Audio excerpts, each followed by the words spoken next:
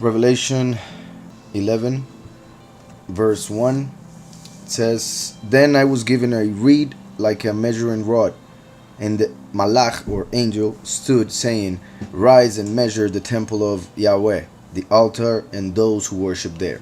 Like I already said, this is a very important chapter, mainly because it is key to the, well, for the true congregation in the end times.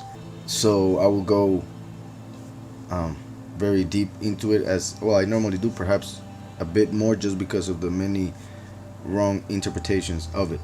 We read in the previous chapter there was a malach, an angel, who came down and he brought a revelation and gave a book to Yahuhanan, and well, said many things that it's already recorded, but that connected to this chapter in the sense that it represented that malach, Mikhail, the angel of Yahweh, coming down and pretty much taking flesh in order to gather and preach to the chosen few of the end times. For it is written that many are called, but few are chosen. So in Daniel 12:1, just because of that I just said, and as you guys know, it is already recorded, so you can watch it if you want in this channel. Daniel 12:1 says, "At that time Mikhail shall stand up. At that time Mikhail shall stand up." That some interpret it as simply Mikhail standing up in heaven, as in judgment, in order to defend the people of Yahweh. However, this word that is used here, even in Hebrew, or mainly in Hebrew, which is amad, is connected to somebody standing up in the world, as in Mikhail coming to the world and standing up as a person in order to defend the people, but as one of them, as many other things that we see in scriptures that we will see tonight, hopefully. But just wanted to show this one regarding the name Mikhail, the malach. At that time, meaning the end times, Mikhail shall stand up, meaning coming to this earth. Interestingly enough, in the story of Yosef, the son of Jacob, who is the father of he who would come at the end. Well, what I mean by that is that in Genesis 49, we see that the first, the Messiah, Yahushua HaMashiach, would come through the tribe of Yehudah. And then we realize, if we read carefully, that there would be a last or second coming through the tribe of Yosef. So it is very different than what Christians believe as a second coming. And it is, interestingly enough, taught in Judaism regarding two messiahs, Messiah ben Yehudah, Messiah ben Yosef. Yet, of course, and sadly, they don't recognize Yahushua HaMashiach as one of those two, the first one. So they are pretty much lost when it comes to the doctrine. And hopefully some of them, obviously those who are indeed part of Israel, will recognize Messiah at the very end, as it is written. However, those who are not Yahudim, but are the synagogue of Satan, won't recognize Messiah ever, nor the two witnesses, and instead they will try to kill them, and will do so because Yahweh will allow it, just like he did when they killed Messiah 2,000 years ago. So pretty much what we are about to read, it is the repetition of what happened 2,000 years ago with the Messiah in Israel with the Yahudim. Now will happen with the two witnesses outside of Israel through the Gentiles. So just as the Yahudim rejected the Messiah, the Gentiles will reject the last. Yahweh said, "I am the first and I am the last." He also said, "I am the first and I myself will be with the last." So the last people to come to this earth, the last generation, we would see the second coming of Yahweh to this earth through the tribe of Joseph.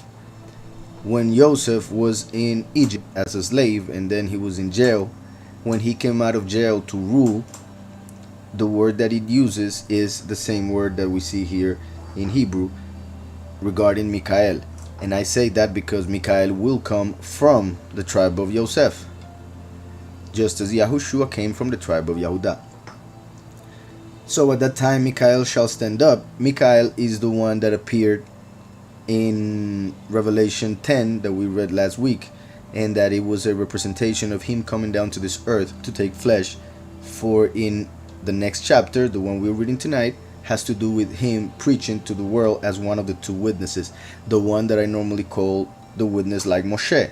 The Almighty prophesied that he would send a prophet like Moshe. Sadly, another bad doctrine in Christianity that has to do with the fact that they don't understand the second coming and other things is that they pretty much every prophecy that had to do with the last, since they don't understand the coming of the last, they made it as a prophecy of the Messiah Yahushua the first. Yet Yahushua himself rejected those titles that they gave him that had to do with the second coming. When they wanted to make him king, he went away because he came as a priest, as a Kohen, the Kohen Gadol. When they said that he was the prophet like Moshe, he said that he wasn't. When they said that he was the son of David, meaning the branch, he said he wasn't. He said that he was the root. So Yahushua is the root, and the second coming, the last, is the branch. Tonight we are reading about the coming of the branch, the coming of the last, the prophet like Moshe, etc., etc. So as I was reading in Daniel, at that time Mikhail shall stand up, the great prince, like I just said. When Yahushua was called king, when he was going to be placed as the king, he went away because he came as the priest. The second coming of Yahweh to this earth would be to establish the kingdom, therefore he would appear as a king. So first and last, priest and king. First and last, root and branch, arm and hand, door and good shepherd, word and voice, water and fire, etc., etc. So Michael is the one that will appear as the messenger of Messiah, as prophesied and as we have seen in Revelation 22. He would come to testify to the nations and obviously to the congregations. So at that time Mikhail shall stand up, the great prince who stands watch over the sons of your people. The great prince, a prince becomes a king. Yahushua came as a priest, the last as a prince to become a king. And there shall be a time of trouble, talking about the tribulation, such as never was since there was a nation. Our generation is the worst of all, and therefore will go through the worst time of all human history. Such as never was since there was a nation, even to that time, even to our generation. What is about to come is worse than anything that has happened in our years. Everyone who is found, and at that time your people shall be delivered. The chosen few will be delivered at that time. What time? The worst time of all. Not before it, as many claim in Christianity regarding pre-tribulation rapture, but through it. And I mean through it because the chosen few will be on this earth during the first 3.5 years, which is pretty much the half of the last week of Daniel, the 7 years. Half of the plagues, the congregation will be here, then the Almighty will take them during the seventh trumpet, as we have seen, and we will see eventually. So, it continues, but the fact is, from this chapter, that Mikhail will come to this earth. He will stand up on this earth to defend the people of Yahweh. If we go to Revelation 22, which I just mentioned, the Messiah Yahushua said in verse 16, I, Yahushua, have sent my malach to testify to you. So, the malach of Yahushua, his messenger, his angel, is Mikhail, just as Yahushua is the malach or messenger of the Father Yahweh, as he himself said it when he came. He is his son, of course, but other than being his son, he came as the main messenger, for he is his son, so he was a clearer picture of the Father. But then the Messiah, he said himself that he would send his malach. In Christianity, most people take that as a malach or angel that would go and help the churches to understand or whatever. But first of all, the Almighty gave us his ruach for us to understand. So the Spirit came through the name of Yahushua, as we read in John 14:26, comes in the name of Yahushua so we may understand the true doctrine through his ruach, the Spirit of truth. So the malach doesn't need to do that. The malach comes as a person to do what has been done pretty much by other prophets. He is even called the prophet, so he comes to fulfill what all other prophets represented. All other prophets spoke of Messiah. That's why the prophet like Moshe, will testify of Messiah, for that is the role of a prophet.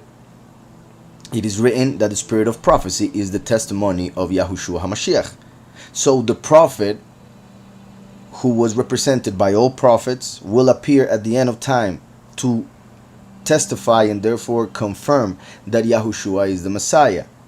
And by doing that, he will confirm the covenant written in Daniel, which is misunderstood also by Christian church, sadly. So he will confirm the covenant made through the blood of Messiah. For if to confirm a covenant, it has to be made first. So he made the covenant, the new covenant prophesied by Jeremiah. He made the covenant through his blood, and then comes the last to confirm the covenant, as the Almighty told us that he would in Daniel 9. So we also read in Revelation 6, another verse that is taken in a wrong way by Christianity. 6:1 and 2, they claim it is the Antichrist. I already explained that in that part, in that chapter, so you can go and see that afterwards. But I'll just mention about that most of the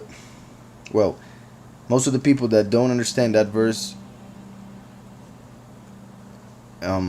do so because they see the Messiah, the Lamb, opening the seal of the seven seals of the book of life. So since he is the Messiah, the Lamb opening the seal, they don't see how he could be manifesting on earth, because they have seen the second coming as the second coming of that same flesh, that same vessel in which the Almighty came 2,000 years ago. Yet Yahushua himself said that new wine in a new wineskin, old wine in an old wineskin, referring to first and second coming, amongst other things, of course. Just like Eliyahu the prophet, he went alive to the heavens, as we read in Kings. But then John the Baptist was born, and Yahushua told us that was Eliyahu. So the Messiah, Yahushua, told us that the second coming of Eliyahu, who went up alive and came then later as a baby, that was the second coming of Eliyahu, according to Yahushua's testimony.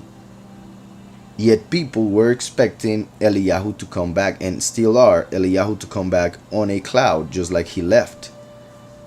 But the Almighty was teaching us a great lesson there regarding second coming, how it happens. New wine, new time, new generation, new wineskin, new body.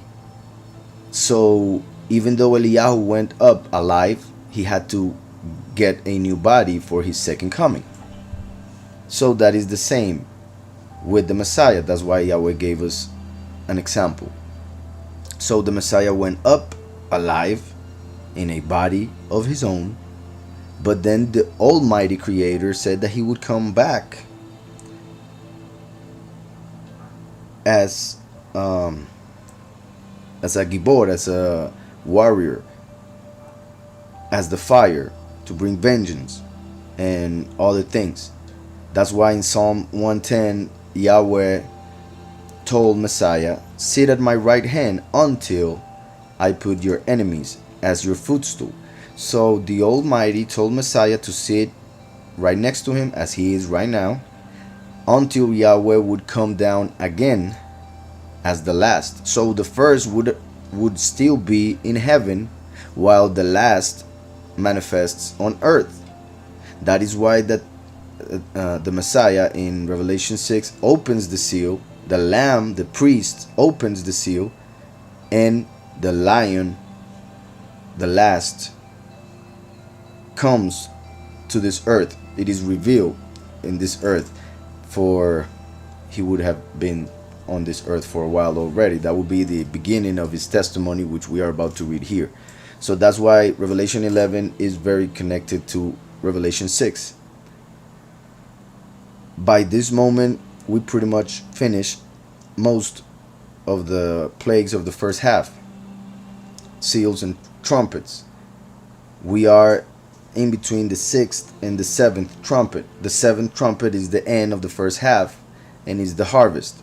So that's why Yahweh has taken a couple chapters to explain to us several things that we need to know before the end of the 3.5 years. So the 3.5 years started with the 6th seal. With the 6th chapter, which is the first seal. The 6th chapter of Revelation, verse 1, is the first seal, and that is the beginning of the first 3.5 years. Here we are about to read in a while, well, not tonight, but in this same chapter, regarding the 7th trumpet. So we are in between the 6th and the 7th trumpet. In Revelation 6 is where everything started, and it all started with the beginning of the testimony of the witness like Moshe.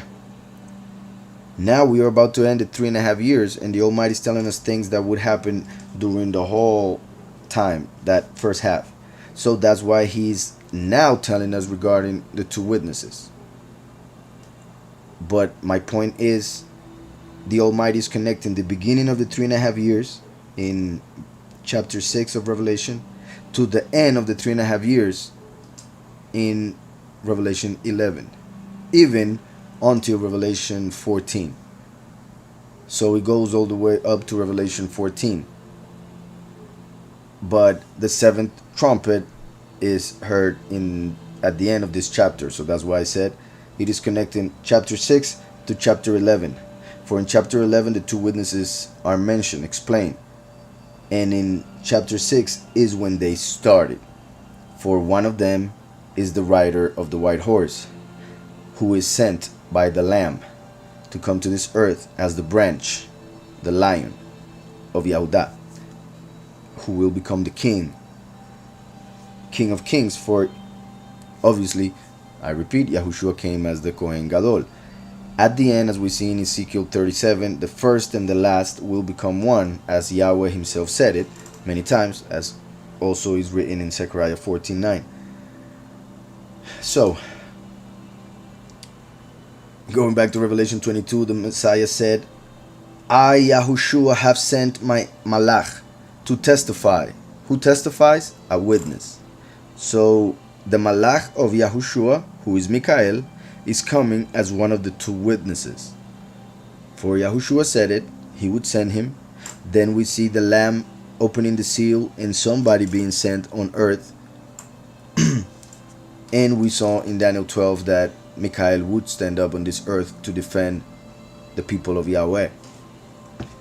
So, I, Yahushua, have sent my malach to testify to you these things in the congregations. I am the root and the offspring of David, Now he says that he is the offspring or the branch.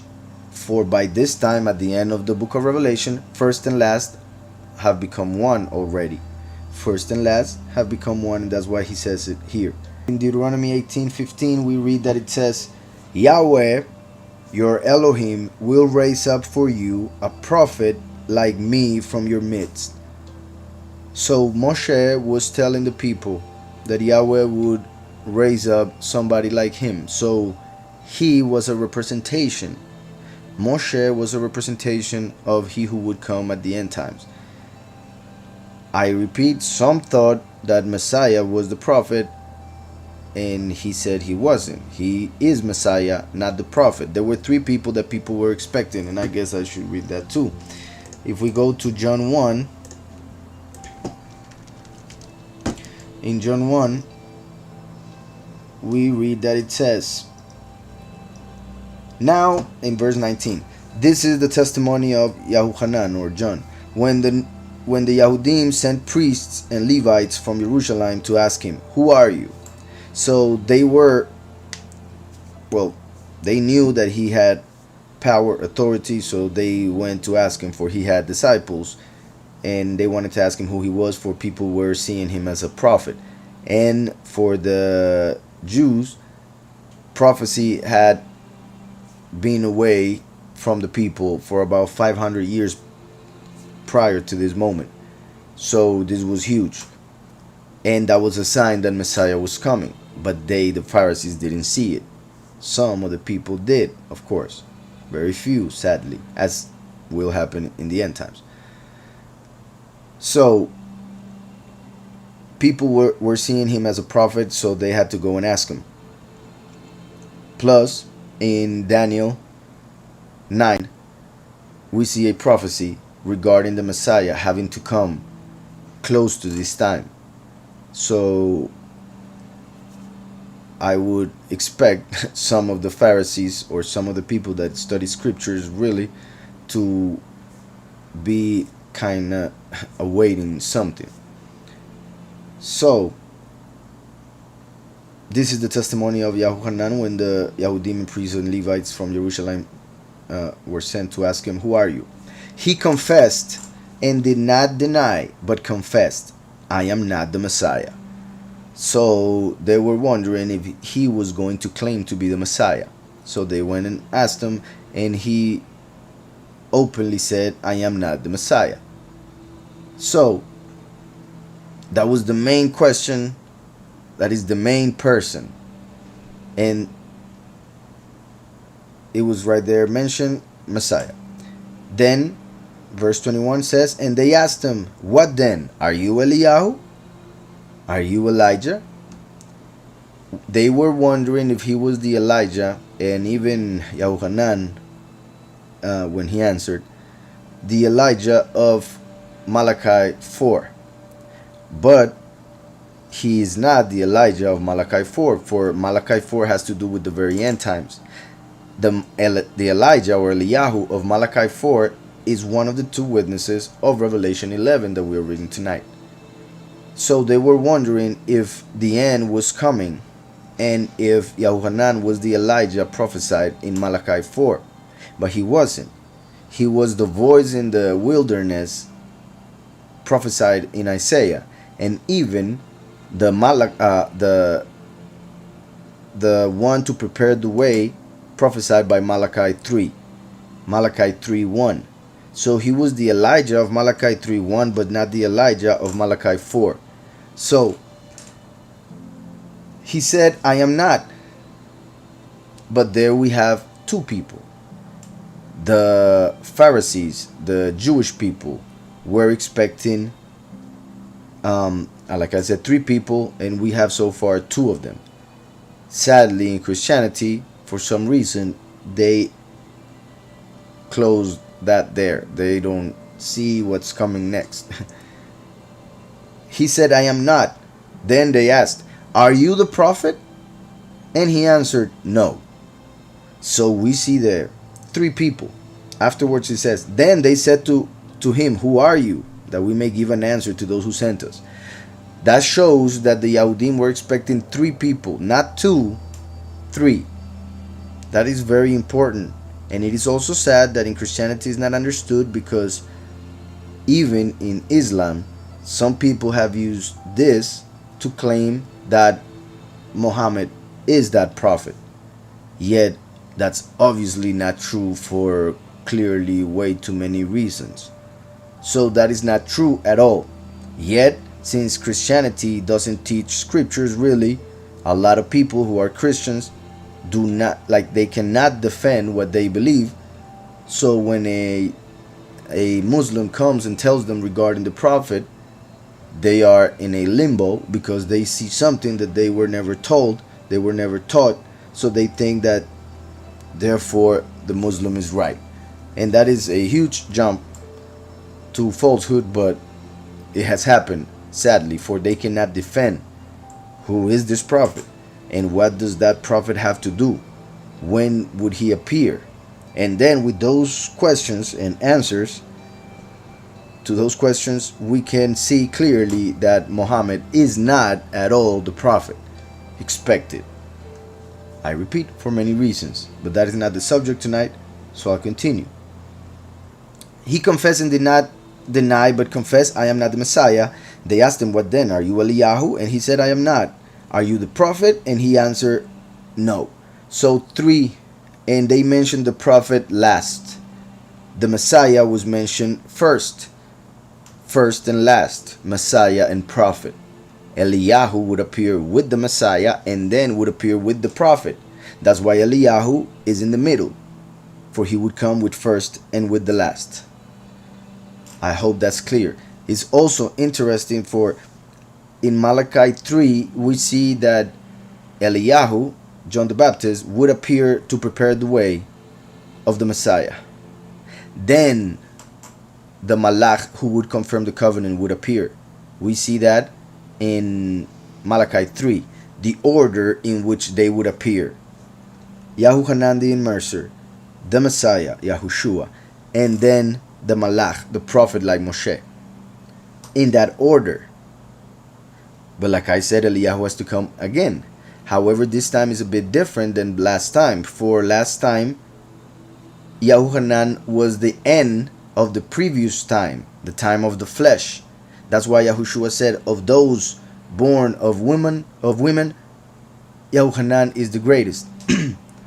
But he who is the smallest in the kingdom of Yahweh will be greater than Yahuhanan the Immerser. So, Yahuhanan came to finish the time of the flesh, and Yahushua came to begin the time of the spirit, to be born again through the spirit, not only through water. So Yahushua came as the last Adam. Just as Adam of the flesh, now we have Adam of the spirit. So, that's why Eliyahu had to appear first and prepare the way, as prophesied by Malachi. But after Messiah, Malachi mentions the prophet like Moshe, the Malach of the covenant. Then we go to Malachi 4 when it speaks of the end, and we see that Malachi mentions Moshe first and then Eliyahu.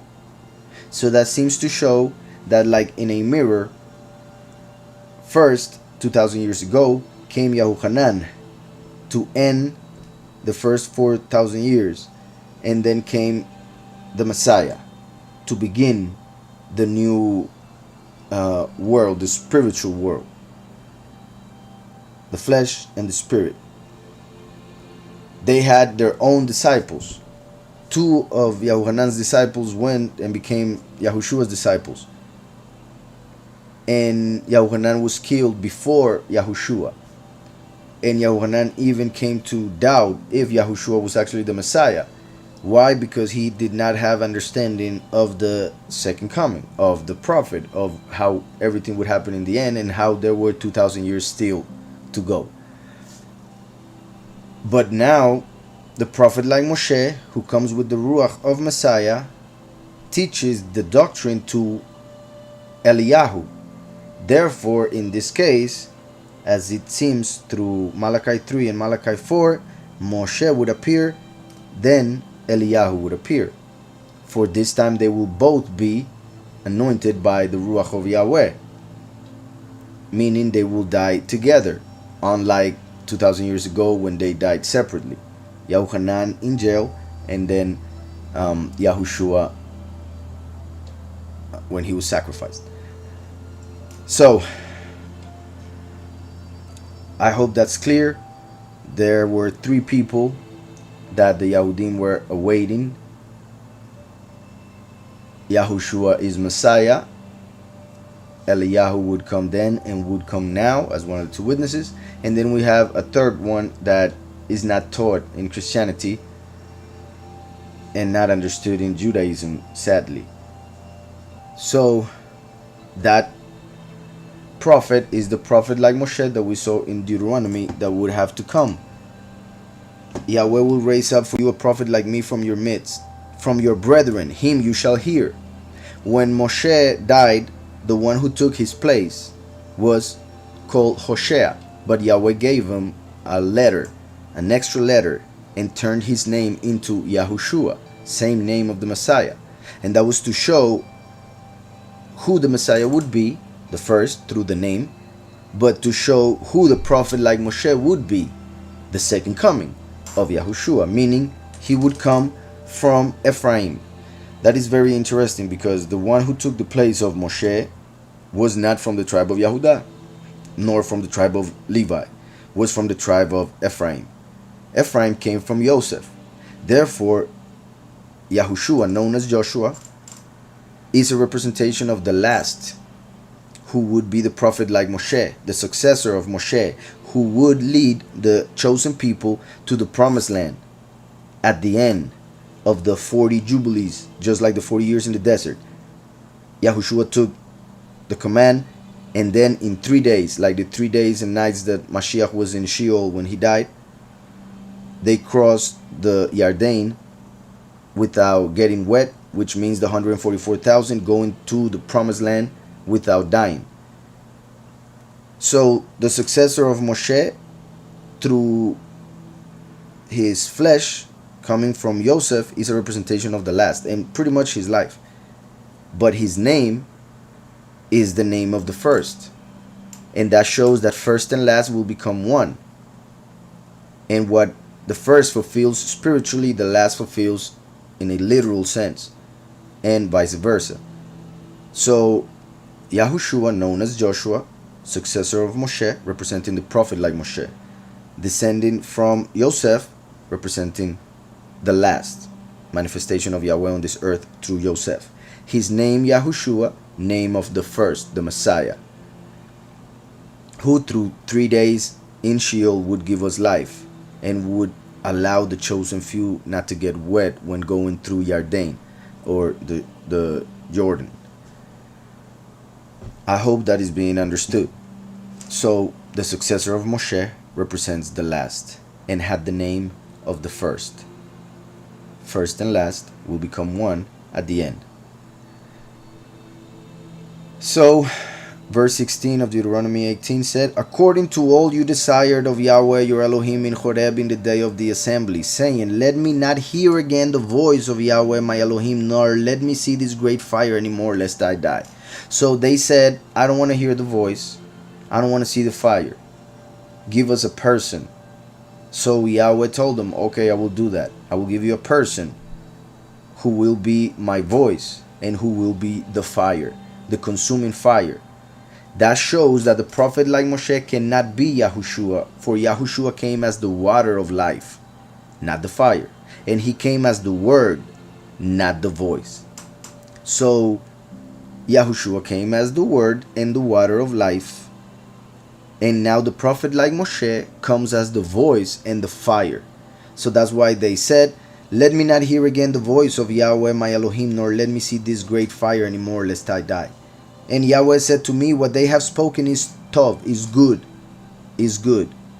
I will raise up for them. And I say that and repeat it because when Yahushua was on this earth, he was called tov, he was called good. And he said, why do you call me good? There is only one, and it's the Father who is in heaven. So only the Father can be called good. But something that is interesting to take from that is that Yahushua came as the tree of life.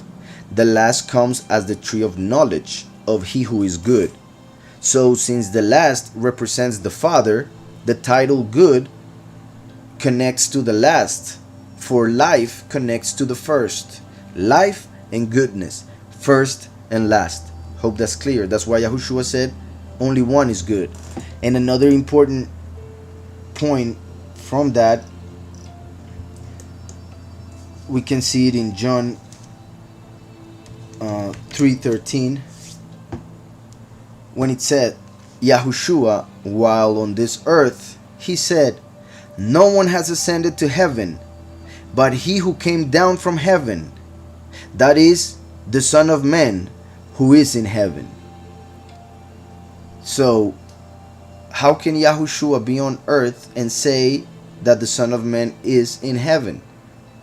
Obviously, one interpretation of that is as us right now, we are sitting in heavenly places through Messiah. And there are a lot of ways in which that can be understood also. One of them is that we are watching us in eternity as we fulfill human history, time. So from eternity, looking down into the fulfillment of all things, and us right now experiencing that which must fulfill for the judgment to happen.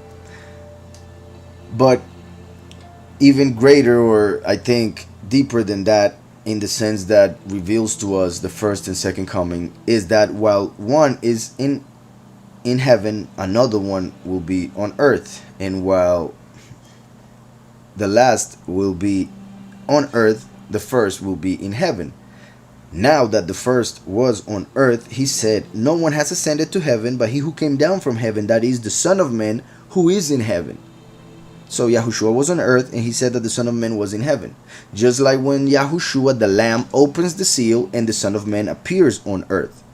And that is why Yahushua many times spoke of the Son of Man in the third person. He spoke of himself and what would happen to him, but also what would happen in the end, through the last. That's why he would say, the coming of the Son of Man will be like the days of Noah. So the Son of Man is like Noah. He will tell the people that the end is coming, but they won't believe it. He will build an ark through the teaching, the testimony. The ark being Yahushua himself, his Ruach, his protection. But the world won't listen, and then the flood will come, but this time won't be like that of Noah, but instead that of Lot, through fire in Sodom and Gomorrah, because it is the fire who will preach it, the fire, the consuming fire, the voice of Yahweh. Hope that is all clear. So, just to close with Deuteronomy, and Yahweh said to me, when they have spoken, what they have spoken is tough, is good. I will raise up for them a prophet like you from among their brethren. That shows that he wouldn't come from Levi, because he would have said from your line or your tribe, but he said your brethren, meaning anybody within Israel. And will put my words in his mouth. My words, Yahushua is the word, so Messiah manifests through the last. My words in his mouth, and he shall speak to them all that I command him. And it shall be that whoever will not hear my words which he speaks in my name, he speaks in my name, not only because he is sent, but also because he uses the name, I will require it of him. Revelation 11. Everything that I said is a huge introduction to understand that there's still one person that must appear, and that person will appear with another one, who is Eliyahu, coming for the third time now. So verse 1, then I was given a reed like a measuring rod. Something to measure represents something to judge. So Yahuhanan is given a reed to measure. So he is being sent to judge. Pretty much judge the world as it is right now acting. And I say right now because it is talking of the end times in which this will fulfill. So it says, then I was given a reed like a measuring rod, and the Malach stood saying, rise and measure the temple of Yahweh. First of all, the temple are the chosen few. As Yahushua said, destroy the temple and now we'll raise it up in 3 days. The temple that he was talking about was his body. Then we know that the congregation is his body. The few are his body, the many are his blood. Many are called, few are chosen. The bread that we eat in Pesach is his body, the flesh, and the wine that we drink on Pesach is his blood for the new covenant. So this can be taken as John being sent to judge who are the few, who are the many, who are the nations, who are following the Lamb, who are in rebellion, who are following idols. In a physical sense, that would be, well, obviously, I mean, the vision that he had was pretty much seeing the actual temple and going to measure it, which is similar to what we read in Ezekiel. Ezekiel is called many times Son of Man, for he represents the last, the Son of Man. So it says, rise and measure the temple of Yahweh, the altar, and those who worship there. But leave out the court, which is outside the temple. So the fact that he said the temple, that represents the few. The altar represents the many that will have to die as a sacrifice on the altar. Those will be the ones worshiping Yahweh eternally once they are resurrected and given life and forgiven through the testimony that they had in their heart. Those who worship there.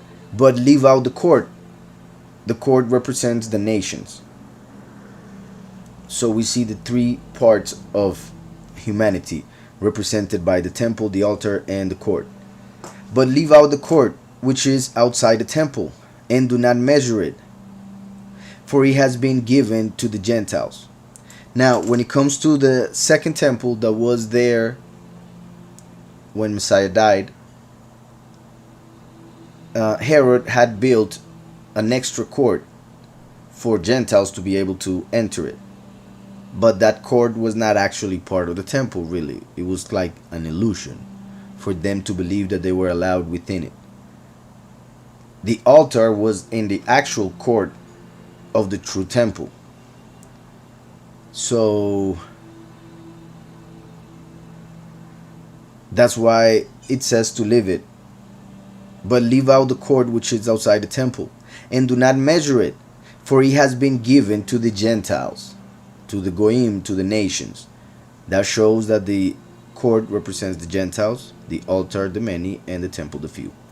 And they will tread, the Gentiles, the nations, they will tread the set-apart city underfoot for 42 months. They will tread the set-apart city, Jerusalem, underfoot for 42 months. 42 months are 3.5 years. 1,260 days. Of years of 360. Well, not counting the days of changing the season. So 1,260 days is as 42 months.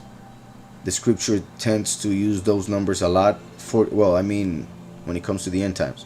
Daniel and Revelation, 1,260 times and half a time, 42 months are all the same amount of time, 3.5 years.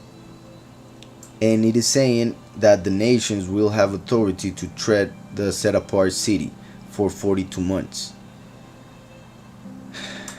And then it says, and I will give power to my 2 witnesses, and they will prophesy 1,260 days, clothed in sackcloth.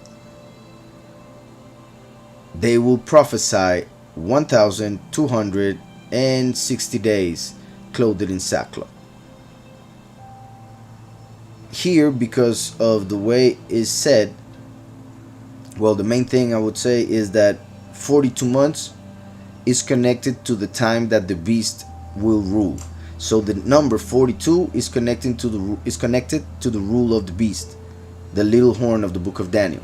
So it says 42 months when it comes to the nations, for they will follow the beast for those 42 months. So that's why it mentions that number, 42 months for the nations, for he has a evil side, which is the fact that when he talks of the beast, it will rule for 42 months. When it comes to 1,260 days, is connected to the time that the congregation is given during the second half of the last 7 to be in the prepared place, being protected. So my point is 42 is connected to the beast. That's why here is connected to the Gentiles. And 1,260 days is connected to the congregation. That's why here is connected to the 2 witnesses. Even though when it comes to number of days, it's exactly the same. However, the fact that is mentioned in 2 different ways in this part, the same context, has to do with the fact that they will be different times, meaning one would be first, that would be the 1,260 days, and then the 42 months. Even though it's being said once again like in a mirror, because and that sadly is the reason why a lot of people see that they have the doctrine that the 2 witnesses will appear during the last 3.5 years. Like I said, the reason why this chapter appears here before the 7th trumpet is because they appear during the first half and they end right before the 7th trumpet. The witness, like Moshe, once he resurrects, is the one who sounds the 7th trumpet. So that's why they are being mentioned here in this chapter right before the 7th trumpet. That is key. But then in Revelation 13, later on, of course, we see that the beast is given 42 months. So pretty much the 2 witnesses will be killed, and that will give authority to the nations to tread underfoot the set apart city for 42 months through the authority that they get from the beast. The beast who will kill the 2 witnesses. So if the beast kills the 2 witnesses, that means he remains on earth after the 2 witnesses are gone. And the beast has 42 months of power. So if the beast had the 42 months of power before the 2 witnesses, then how can the beast kill the 2 witnesses if he would be gone by the time the 2 witnesses start? Hope that is understood, because it is key to comprehend how the 2 witnesses come first and then the beast. The beast will appear during the time of the 2 witnesses, but won't get the government yet. He will appear, he will cause war on this earth, he will win that war, and that will cause the world to follow him as a leader, and that's when he will receive 42 months of power during the New World Order as the leader of that New World Order. And what is gonna put him over the top in the hearts of the people will be when he kills the 2 witnesses, whom the people will hate, as we're about to see. So the fact that the 42 months appear first and then the 1,260 days is what makes most people think that that's the order in which they will be fulfilled. Yet the Malach was speaking to John regarding the court, not to measure it. And the reason why, because the Gentiles will tread upon it during 42 months. And by the way, the 2 witnesses will prophesy for 1,260 days. So it says a different number to understand that it is in a different time, that it is positive, unlike the 42 months. Like the 42 people that were killed by the bears that were called by Elishua, as most people call him Elisha. Elishua, the prophet who came after Eliyahu. Eliyahu and Elishua in this context represent the first and the last. That's why Eliyahu, Elishua, makes the name Yahushua. So, and they will tread the set apart city underfoot for 42 months. And I will give power to my 2 witnesses, and they will prophesy.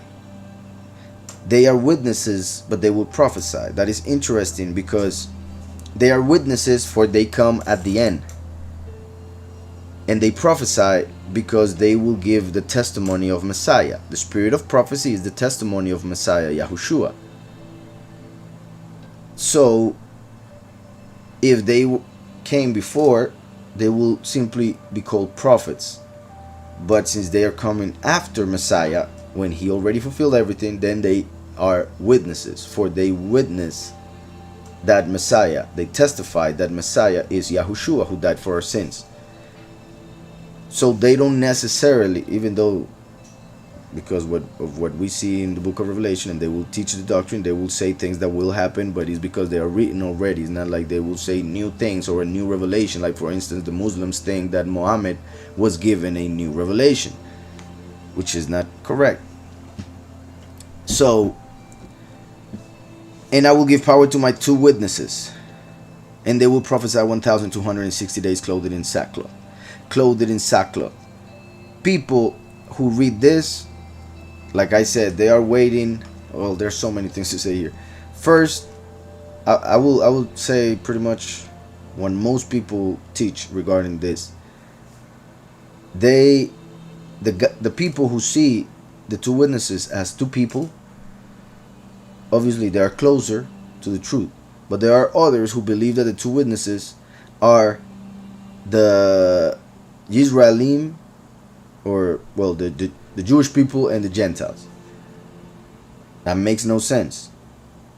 It is written, yeah, that he made his people witnesses of his power. Yes, that doesn't make all his people his 2 witnesses, or one of them. Also, the Almighty made one people. What he did was allow the Gentiles to enter his people, to be part of his people through Messiah, the root. So at the end, it's just one people, not 2. Others believe that the 2 witnesses are the New and Old Testament. Once again, makes no sense. Even though the 2 witnesses are connected to what is taught in the Old Covenant and the New Covenant, doesn't mean they are books. And the point is that, and I know I'm getting ahead of myself, but I have already said it, the 2 witnesses will be killed. So if the 2 witnesses will be killed and the people will see their bodies for 3.5 days, and I know I'm getting ahead of myself, how is it possible that they can be the scriptures? How can the scriptures be killed and their bodies left for 3.5 days while everybody is enjoying their death? Does it mean that they will forbid the scriptures for 3.5 days and everybody will rejoice, but then they will sell them again? Or does it mean that they will kill all the Jews and all the Gentiles and they will be on that street for 3.5 days? Makes no sense. Of course not. Who would be left starting there? So there are many other arguments. I just believe that those 2, thinking that they are the 2, well, the New and the Old Covenant, or thinking that the 2 witnesses are the Gentiles and the Jewish people, those are 2 very wrong doctrines, but they are taught a lot. But they are wrong when we read in context, when we read everything that has to do with this. And that has to do also with the fact that people do not expect anything else happening. They just want to go on a rapture. They just want everything to be fulfilled. They just want to either die and resurrect there. And they don't want to die yet, of course. They want to die in like 100 years, no matter how old they are. And they don't want the end to happen. And they don't expect anybody from the Father to come. So they only expect false messiahs and false prophets. For Messiah said it. Of course, he said it. But that is the only thing that Christians mention and repeat. Not understanding that if the Messiah said, beware of false messiahs and false prophets, is because there would be a true Messiah anointed and a true prophet. So since the 2 witnesses would have to appear on this earth, the enemy would try to deceive the people through false messiahs and false prophets. If nobody were to come from the Father, then why would Messiah say that? He would just say, don't worry about nothing, I'm coming. Don't worry about anything. I'm just taking you away. Do not listen to anybody. That's it. He wouldn't say, don't be deceived. Be careful. Don't be deceived. He wouldn't say that. He would say, don't listen to anybody else ever again. This is it. We're done. I'm just coming back later. So it said, and I will give power. The other doctrines, the doctrines that say that they are two people, when it comes to that doctrine, there are two interpretations. One is that they are Enoch and Elijah. The other one is that they are Moshe and Elijah. What they don't understand, well, at least they agree on Elijah. But what they don't understand is that Enoch, Hanok, and Moshe are both shadows of the witness like Moshe. That's why he's the witness like Moshe. He's not Moshe, he's like Moshe, like we just saw in Deuteronomy. And he was represented by Enoch, by Hanok. That's why he was taken up. And some believe that he was turned into a malach, which would be the malach of Yahweh, sent as one of the two witnesses. So in a way, those two doctrines are right, Enoch and Moshe, yet not exactly Enoch, not exactly Moshe. They are both a shadow of the witness like Moshe, the second manifestation of Yahweh on this earth. And even those who claim that it is Eliyahu, the other, they are expecting the two witnesses to come down from heaven. Those who believe is Enoch and Eliyahu say that because Enoch and Eliyahu did not die. So using and taking out of context one verse that says that it is established for men to die once and then judgment. So they say these two men didn't die, so they have to come down to die. In that case, we would have to interpret that verse as it is written, as they are taking it. And then why would Lazarus or Eliezer die once and then be resurrected? And we know that he didn't go up alive with Messiah. He died later on. So he died twice. That would break that verse if we take it as they take it. However, if we take it in context, we would understand more things. And like I said, Eliyahu went up alive, yet he was born as John the Baptist. And it is funny that Christians who know that are still expecting Eliyahu to come down from heaven with the clouds. So they say since they didn't die, they have to come down to die. Using a verse that I repeat in context cannot be used for it.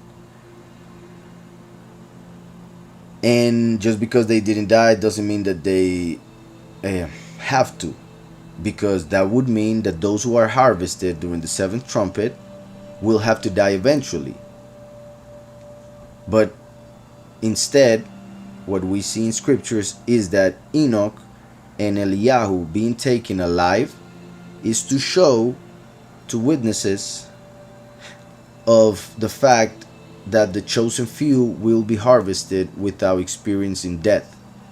So the fact that those two people in history went to paradise without experiencing death is to show us that it happens, it's possible, and it will happen with the chosen few.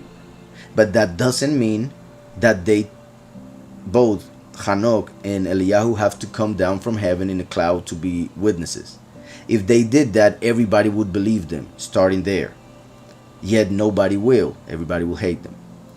So, I already said the two doctrines, Enoch and Eliyahu, Moshe and Eliyahu. Enoch and Moshe are reflections of the last. So they are not really wrong, but they are wrong when they think that they are exactly the same two people. For Messiah said, new wine, new wineskin. Old wine, old wineskin. And also because they are expecting them to come down from heaven. New wineskin. They have to be born. So they would be like John the Baptist and Messiah who were born.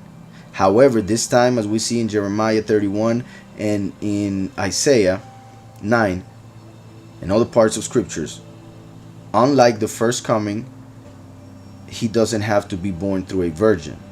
The first time had to be through a virgin for him to not have the sin of Adam. So he was without sin and lived without sin and died without sin, so that he paid for our sin. The last doesn't have to do that anymore, for Messiah already did it. He has to do other things. So he comes as the Son of Man, not the seed of a woman. Messiah through a virgin. Now the Son of Man through a regular relationship between a woman and a man, as prophesied also in Jeremiah, I repeat. So that's how the last comes, as the prodigal son. And that's why he has issues, for he is born in Babylon, spiritual Babylon, as Zerubbabel, as we see in Zechariah. So, of those two doctrines, like I said, they are close, but very far at the same time. They are close regarding the people who will manifest, but they are very far on how they will manifest. Sadly, they also believe that they will only testify in Jerusalem. They say most people who teach about the two witnesses claim that they will only teach or preach in Jerusalem, which is not being said at all anywhere. Actually, the opposite is what is said in scriptures through the prophets. Moshe and Aaron came from Egypt, not in Israel.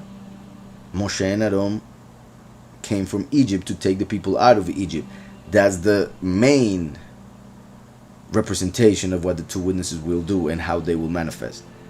So it really, with all the many verses, doesn't make sense to believe that the two witnesses will appear in Jerusalem and only there. For Yahushua and John the Baptist already did that. And Yahweh said that he will be known and exalted from where the sun comes up to where it comes down, from the east to the west. Messiah and John the Baptist appear in the east. So he prophesied that at the end of times he would manifest from the west.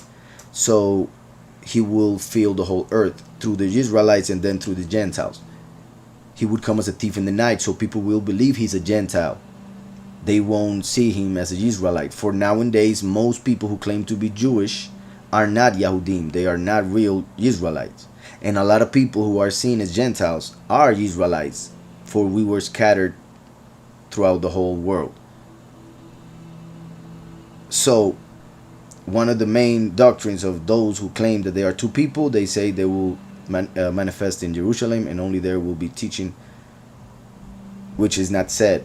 What was said is that the people will tread the set-apart city, the Gentiles will tread the set-apart city for 42 months.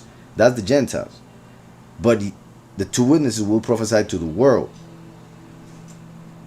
Also, when it says that they will be clothed in sackcloth, they are picturing two people with clothes of 2,000 years ago. They are expecting people to look like back in the day. But that is not what people should expect. Once again, the same verse, new wine, new wineskin. But even more than that, we need to understand that the scripture talks to us in symbolism. Even in Zechariah, we are told that in the end times, the prophet wouldn't wear this type of clothing, for it would be embarrassing to be called a prophet. It's prophesied in Zechariah. Why? Because there would be so many false prophets that the true prophets won't claim to be prophets. So they won't dress like prophets. First of all, that's one, in Zechariah. Second, sackcloth is clothing that was wore during time of sadness, of mourning. When somebody died, they would change their clothing for sackcloth. They would throw ashes on their heads. They would pull their hair. So it represents pain, it represents sadness, it represents mourning. The two witnesses will end, as I will explain later, they will end their testimony during the 7th month, during the 10th day. So that means if they end, well, they are killed in that time, they would end their testimony during the first day of the 7th month. So that means if we go back 1,260 days, that they begin when the Messiah finished. When the Messiah said it is finished, when the Messiah finished his part, is in our time when the two witnesses will begin their part. And we are actually a week away. So next week we will still be reading this, and it is a very well, we will be celebrating the feasts, and it could be the time, because of many things that are happening, it could be the time for the two witnesses to begin. So like I said previously, it is huge and amazing that we are reading this tonight and the next week, for it could be the time. And as you know, we did not set it up, the Father did. So I don't believe in coincidences, even though I've been reading this forever, of course. But the Almighty always well, like I said, with all the things that are happening, we see how close we are, and it is obvious that we are so much closer than ever before. It's obvious because that's how time works, but other than that, because of the signs, and plus the confirmations and the revelations that the Almighty is giving us through the ministry, through this congregation, is beautiful. So like I was saying, they are expecting two old people coming down from heaven to appear in Jerusalem 1260 days and speak to the Jewish people in Hebrew. That's what they're expecting, not what the scriptures say. The sackcloth, I can understand that they believe that, for is what they read, and they sometimes don't understand symbolism.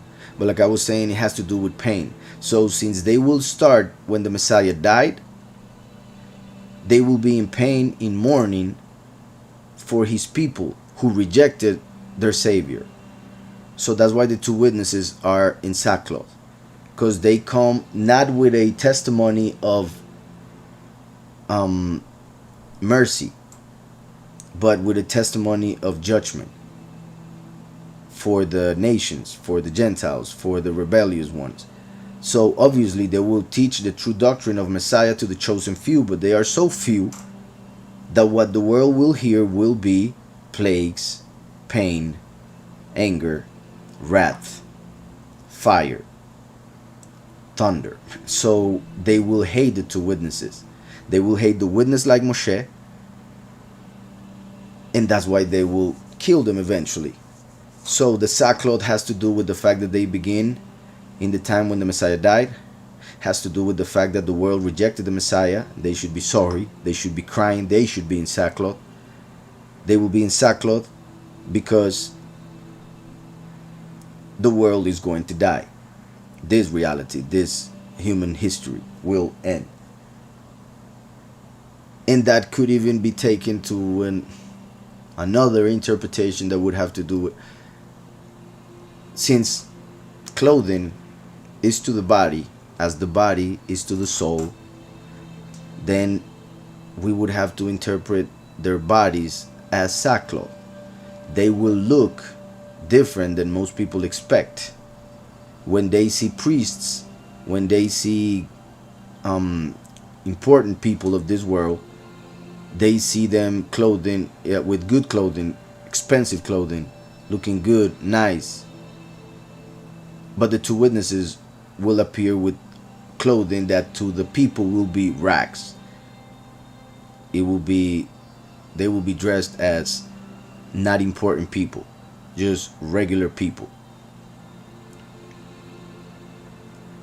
And that talking of the clothes, but even more so, I was saying the body, their bodies, their look to the world will not be what they expect. So, and I will give power to my two witnesses, and they will prophesy 1260 days clothed in sackcloth. These are the two olive trees and the two lampstands standing before the mighty one of the earth.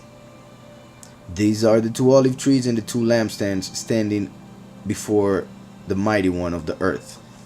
If we go to Zechariah 4, we find what is being mentioned here. And I will try to be fast, but I will have to read the whole thing. So Zechariah 4. Now the Malach who talked with me came back and walked with me, as a man who is wakened me, I'm sorry. Now the angel who talked with me came back and wakened me as a man who is waking out of his sleep. And he said to me, "What do you see?" So I said, "I am looking, and there is a lampstand of solid gold." Gold represents the kingdom, kingship. Lampstand represents, the light. It represents the congregations. For the lampstand, the menorah has 7 lights as the 7 congregations of Revelation 2 and 3. There is a lampstand of solid gold with a bowl on top of it. It is interesting that we just read in Revelation that it said, "These are the 2 olive trees." So they are anointed. And not only anointed, they give the Spirit to anoint others, the 144,000.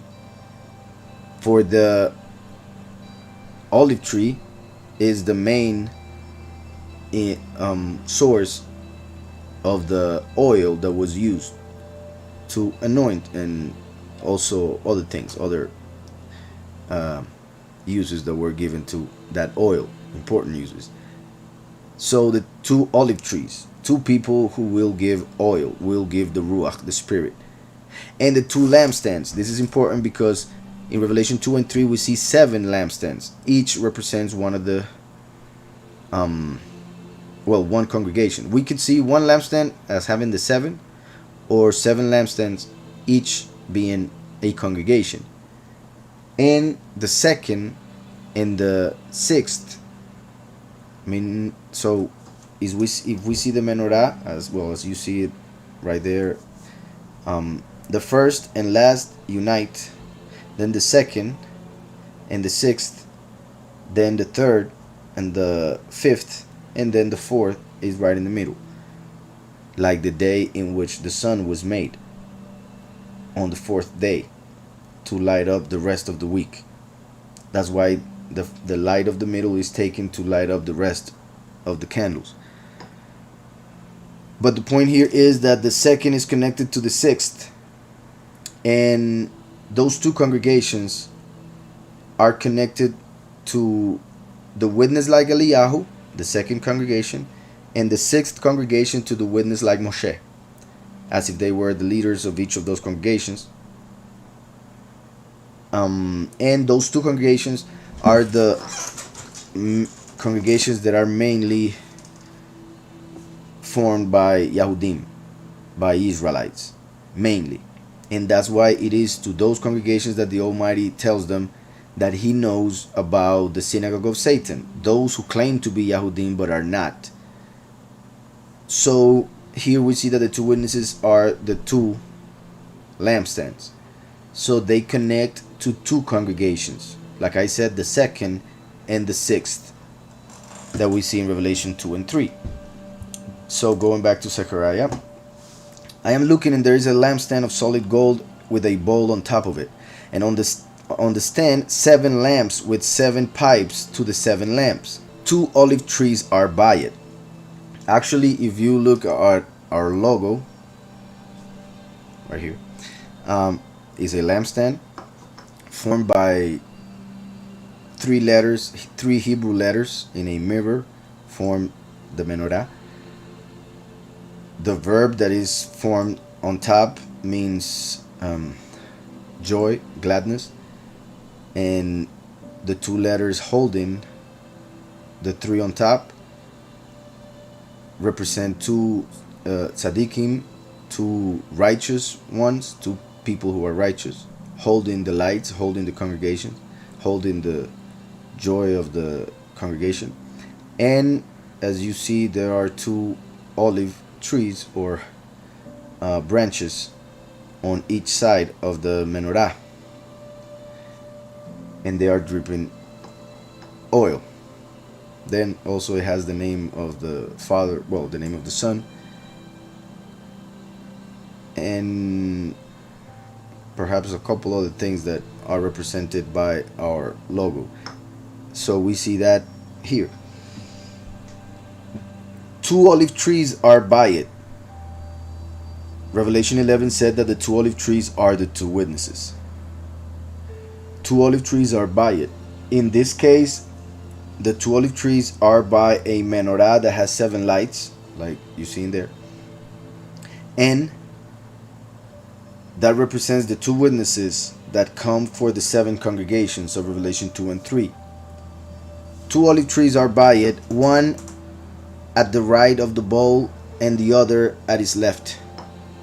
So I answered and spoke to the Malach and who talked with me, saying, What are these, my sovereign? Then the Malach who talked with me answered and said to me, Do you not know what these are? And I said, No, my sovereign. So he answered and said to me, This is the word of Yahweh to Zerubbabel. Like I said earlier, the witness like Moshe is represented by Zerubbabel, for he comes in confusion. Zerubbabel means born in confusion, born in Babel.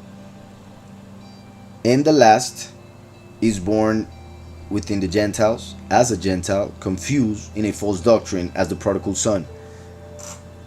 So this is a word that was given to a man back in the day to represent a prophecy, to be a prophecy to the person that was represented by that man, Zerubbabel.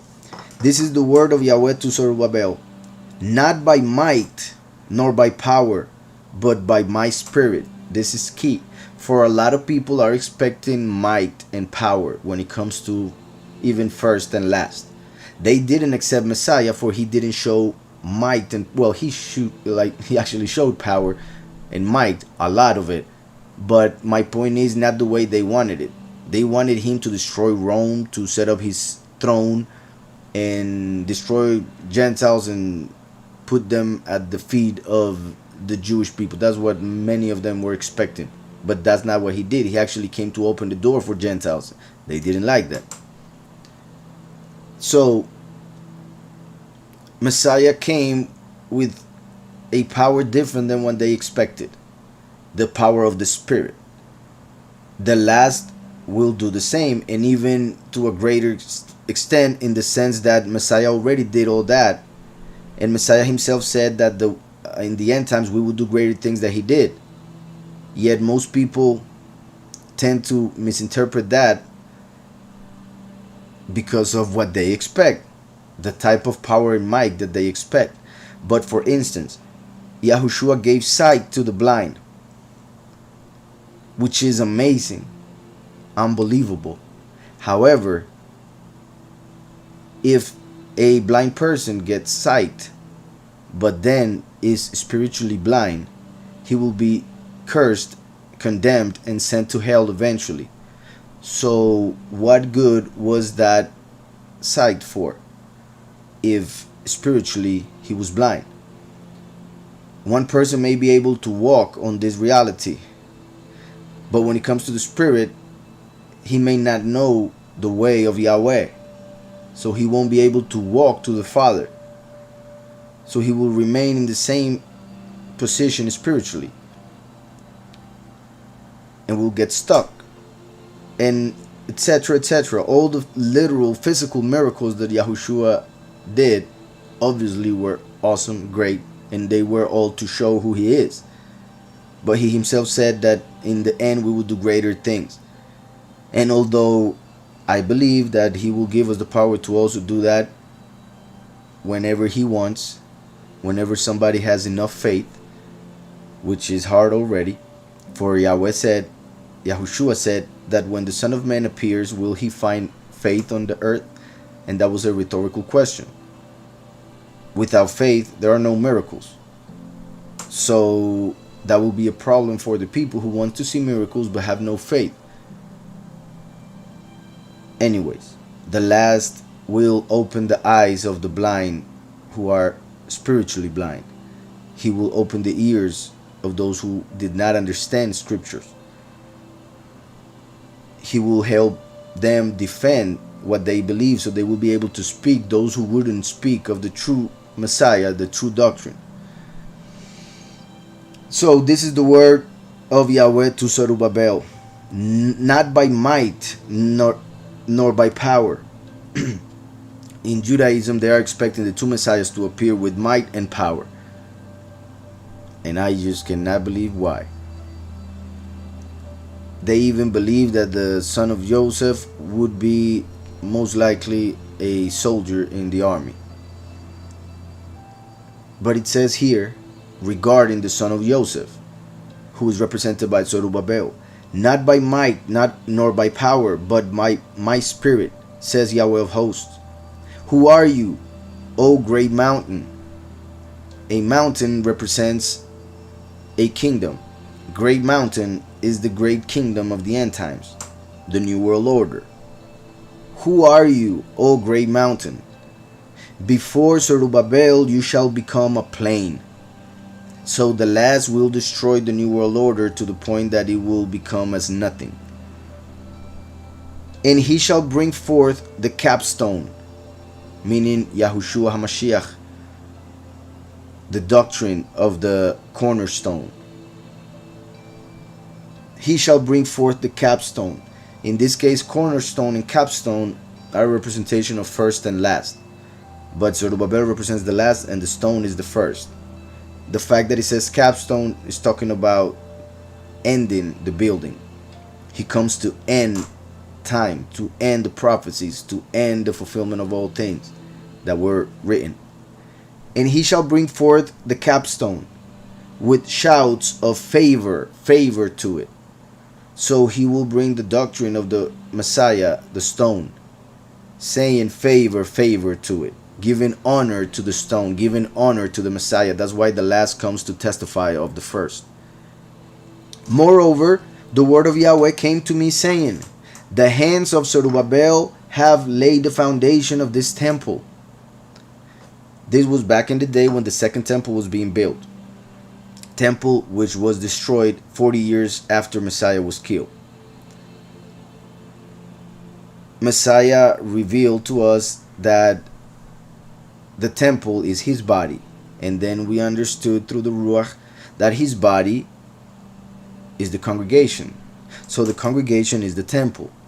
So Zerubbabel will build the congregation. Zerubbabel, through the testimony, through the doctrine, the true doctrine, will build one by one 144,000 each as one stone in order to build the temple. He will start it, he will finish it. In 1,260 days, Yahweh will use the witness like Moshe to build his temple, for his Ruach, the Ruach of truth, to enter it. So the hands of Zerubbabel have laid the foundation of this temple. His hands shall also finish it. Then you will know, once everything happens, then you will know that Yahweh of hosts has sent me to you. For who has despised the day of small things, as this world, this time that is temporal, is the day of small things. Who has despised the day of small things? Those who want to save this life will lose it. Those who give it will get it for eternal life. For who has despised the day of small things? For these seven rejoice to see the plumb line in the hand of Zerubbabel. The plumb line, which is something to measure. He mentioned the stone and now the plumb line, as in the doctrine of Messiah, the testimony of the truth, and judgment. So the people who despise this world, this reality, will rejoice when they see the last teaching about Messiah and giving them judgment through the true doctrine. He comes to bring the stone for the congregation and judgment for those who are in rebellion. The plumb line in the land of Zerubbabel. They are the eyes of Yahweh, the malachim of Yahweh, as we see in Revelation. The angels of Yahweh, the main ones are 7, and they each are one eye that sees the whole world and brings a report to the Almighty, if we were to understand it in a human way. The plumb line in the hand of Zerubbabel, they are the eyes of Yahweh, which scan to and fro throughout the whole earth. Those 7 malachim that we see in Revelation. Then I answered and said to him, what are these 2 olive trees at the right of the lampstand and at its left? And I further answered and said to him, what are these 2 olive branches that drip into the receptacles of the 2 gold pipes, from which the golden oil drains? Then he answered me and said, do you not know what these are? And I said, no, my sovereign. So he said, these are the 2 anointed ones who stand beside the sovereign of the whole earth. And he said to me, these 2 are the sons of the oil. If we were to translate it from the Hebrew, they are the sons of the fresh oil who stand beside the sovereign, the Adon of all the earth. So, sons of the oil, sons of the Ruach, they come through the Ruach. One thing that I have said in other times is that the Messiah promised to send his Ruach HaKodesh, his spirit, to give us comfort throughout the whole time that he would be gone. But the way that he promised it is also interpreted to mean that he was talking about the second coming, the last coming, as a manifestation, second manifestation of that spirit. So meaning that spirit that would be with his people during 2,000 years would then take flesh again, like he did when Yahweh came as Yahushua. And then through that doctrine, through that teaching, Yahweh will also bring the witness like Eliyahu. So these 2 people will be children or sons of oil. And not only oil, fresh oil, as in the new covenant. They don't come with all oil. They don't come with the old covenant. They come with the new covenant, fresh oil. Sons of the new covenant. So that means that the both of them appear with the new covenant. Not like back in the day when John the Baptist had the old one and Yahushua came to bring the new through his blood, as prophesied in Jeremiah. Also, the fact that it says that these are the 2 anointed ones who stand beside the sovereign of all the earth can be interpreted in 2 ways. It can be interpreted as Yahweh, the sovereign of all the earth. At his right hand is Yahushua, as we know, sitting at his right hand. And then on his left would be the last, the second coming. First and last, right and left.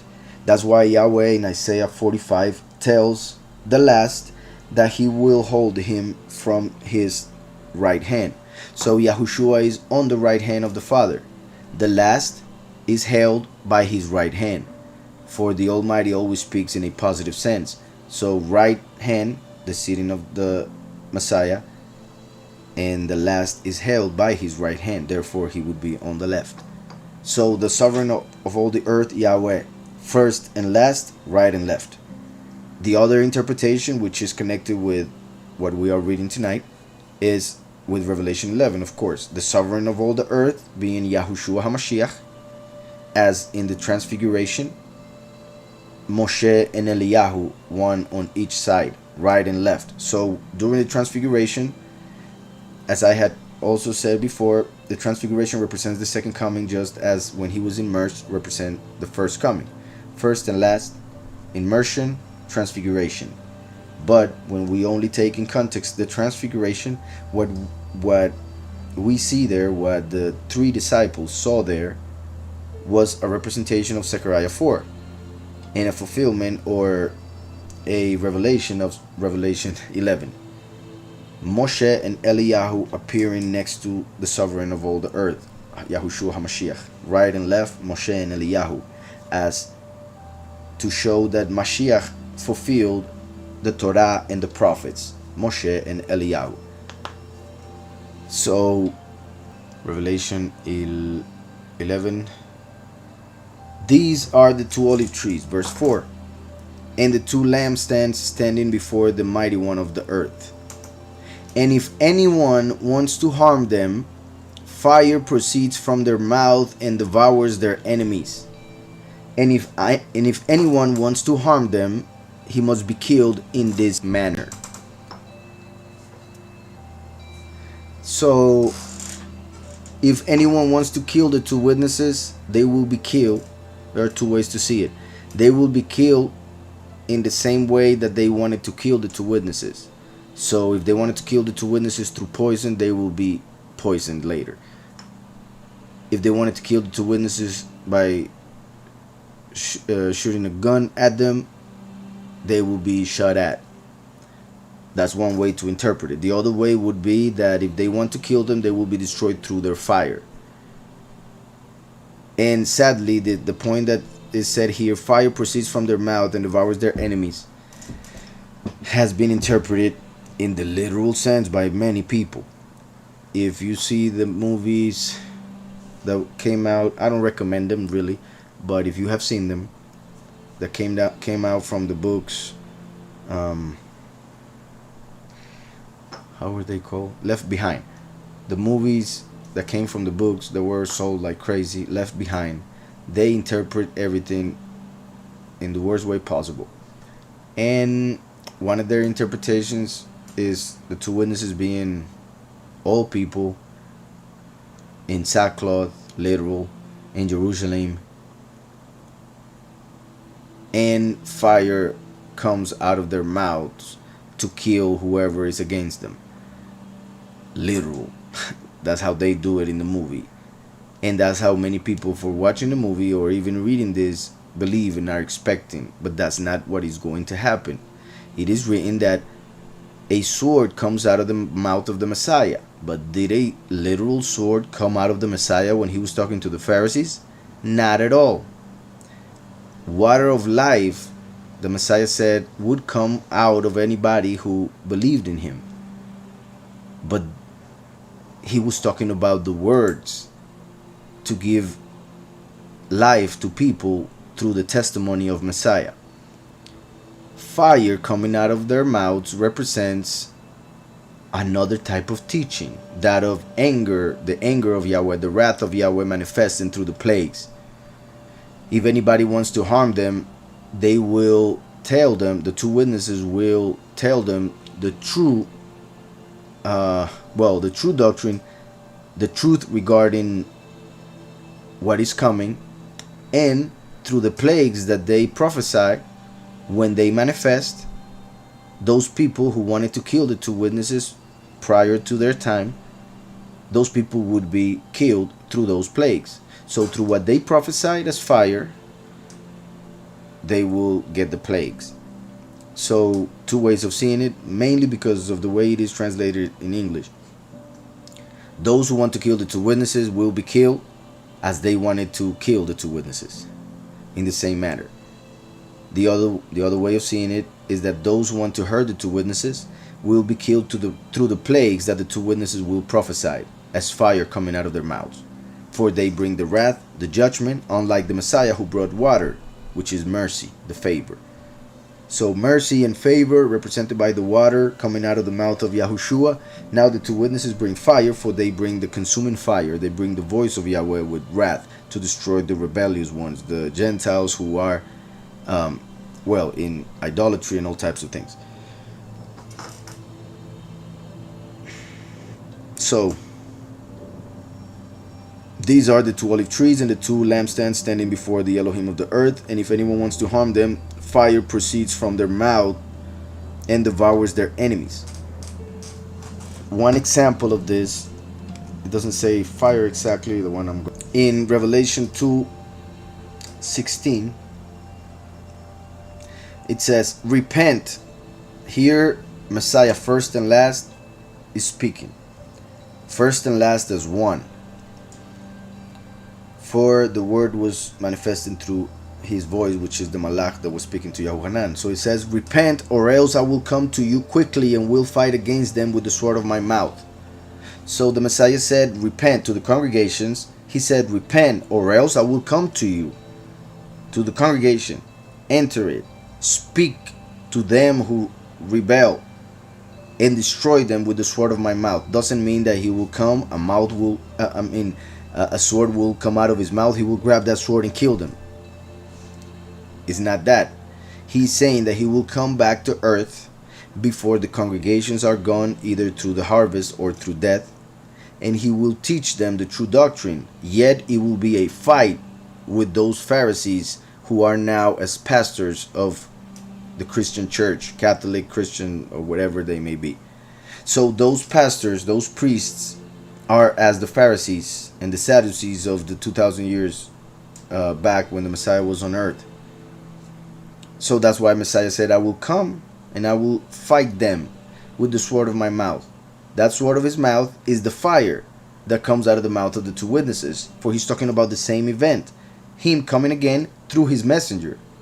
Just like Yahushua said, if you have seen me, you have seen the Father. For in the Hebrew culture, the messenger represents he who sent him in every way. Plus, Yahweh is invisible and Yahushua is his image. So the only way to see the Father is through his Son. So he said, if you have seen me, you have seen the Father. Now, when the last comes, he comes as the messenger of Yahushua. Therefore, is as if Yahushua was on earth. For if you have seen the last, you have seen the first. And if you have seen the first, you have seen the Father. So they are all connected. So we see another verse that shows that he has to come again. In Christianity, they say that the rapture will happen right after chapter 4. However, we see here that he has to come first. They cannot go anywhere. The believers cannot go anywhere before he appears again and speaks to them with the sword of his mouth. And that will be through the witness like Moshe of Revelation 11, which we are reading tonight. So, these are the two olive trees and the two lampstands standing before the mighty one of the earth. And if anyone wants to harm them, fire proceeds from their mouth and devours their enemies. And if anyone wants to harm them, he must be killed in this manner. These have power to shut heaven, so that no rain falls in the days of their prophecy. Eliyahu had this power, and he actually stopped rain for 3.5 years exactly, which is amazing because that is the time that the two witnesses will preach for. So it mentions that because it connects to Eliyahu to tell us that Eliyahu is one of them, and to tell us that they will prophesy for 3.5 years. However, this time won't be literal as in the time of Eliyahu. Rain represents blessing, represents revelation. So that means that they have the power to shut the heavens so that the blessing of the Father doesn't come to those who are rebelling. Have the power to shut heaven so that the revelation of the Father may not come to those who are hearing. No matter what they hear, no matter what they do, they won't understand unless the two witnesses ask for it to the Father, for the rain to come. So if anybody rejects them, they won't receive the revelation, they won't get it. If they receive them, then they will receive more and more revelation and understanding. These have power to shut heaven so that no rain falls in the days of their prophecy. And they have power over waters to turn them to blood. Moshe, during the first plague, through Aaron, turned the water to blood. So during the plagues of Egypt, the water was turned to blood. We see here that they have that power also. So that shows that the two witnesses are as Moshe and Aaron. The two witnesses are Eliyahu as Aaron and Moshe. And they will prophesy plagues like the plagues of Egypt. They will even prophesy 10 plagues as in Egypt.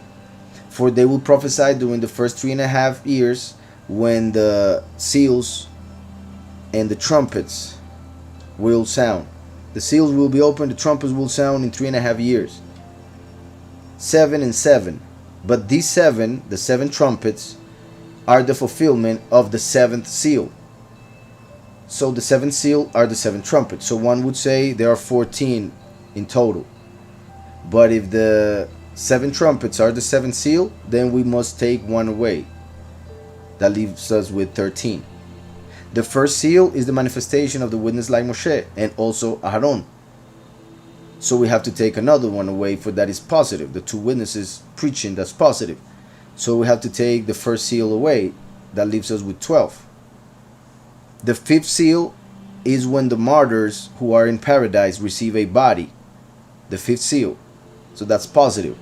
So we have to take that one away from the negative things that will happen. That leaves us with 11. And lastly, the seventh trumpet is the harvest. The greatest moment for the congregation. Positive. So we must take that one away. And we are left with 10. So during the seals and the trumpets, there are 10 plagues. 10 negative things that will happen on this earth. So the witness like Moshe and Eliyahu are just like Moshe and Aaron, manifesting in Egypt for the second Exodus, to gather his people to go to the promised land. I hope that's clear.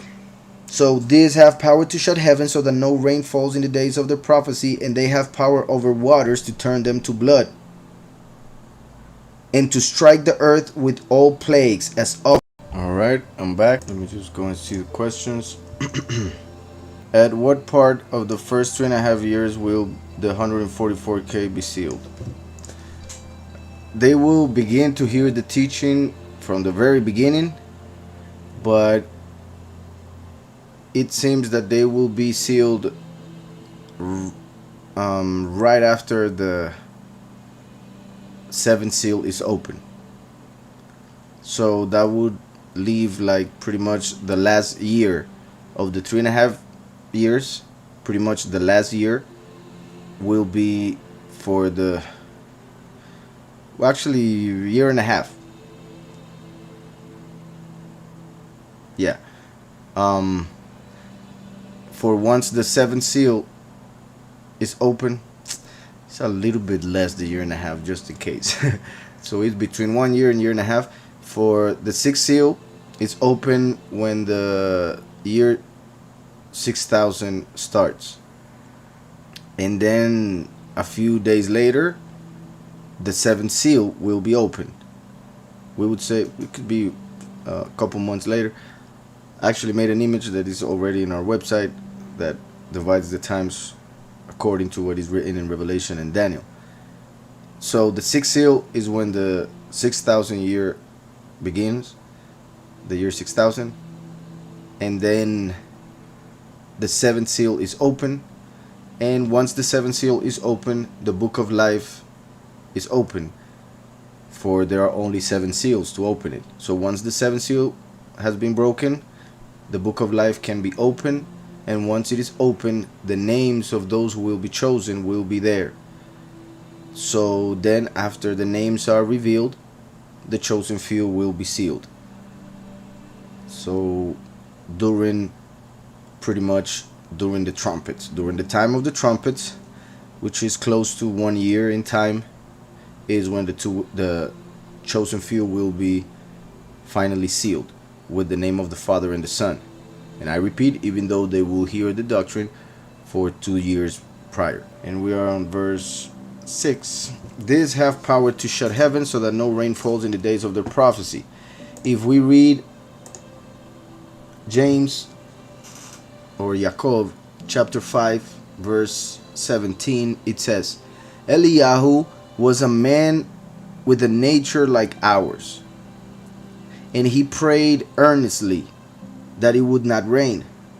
And it did not rain on the land for 3 years and 6 months, 1260 days. Eliyahu was a man with a nature like ours. That shows how the two witnesses will be people like everyone else. And he prayed earnestly that it would not rain.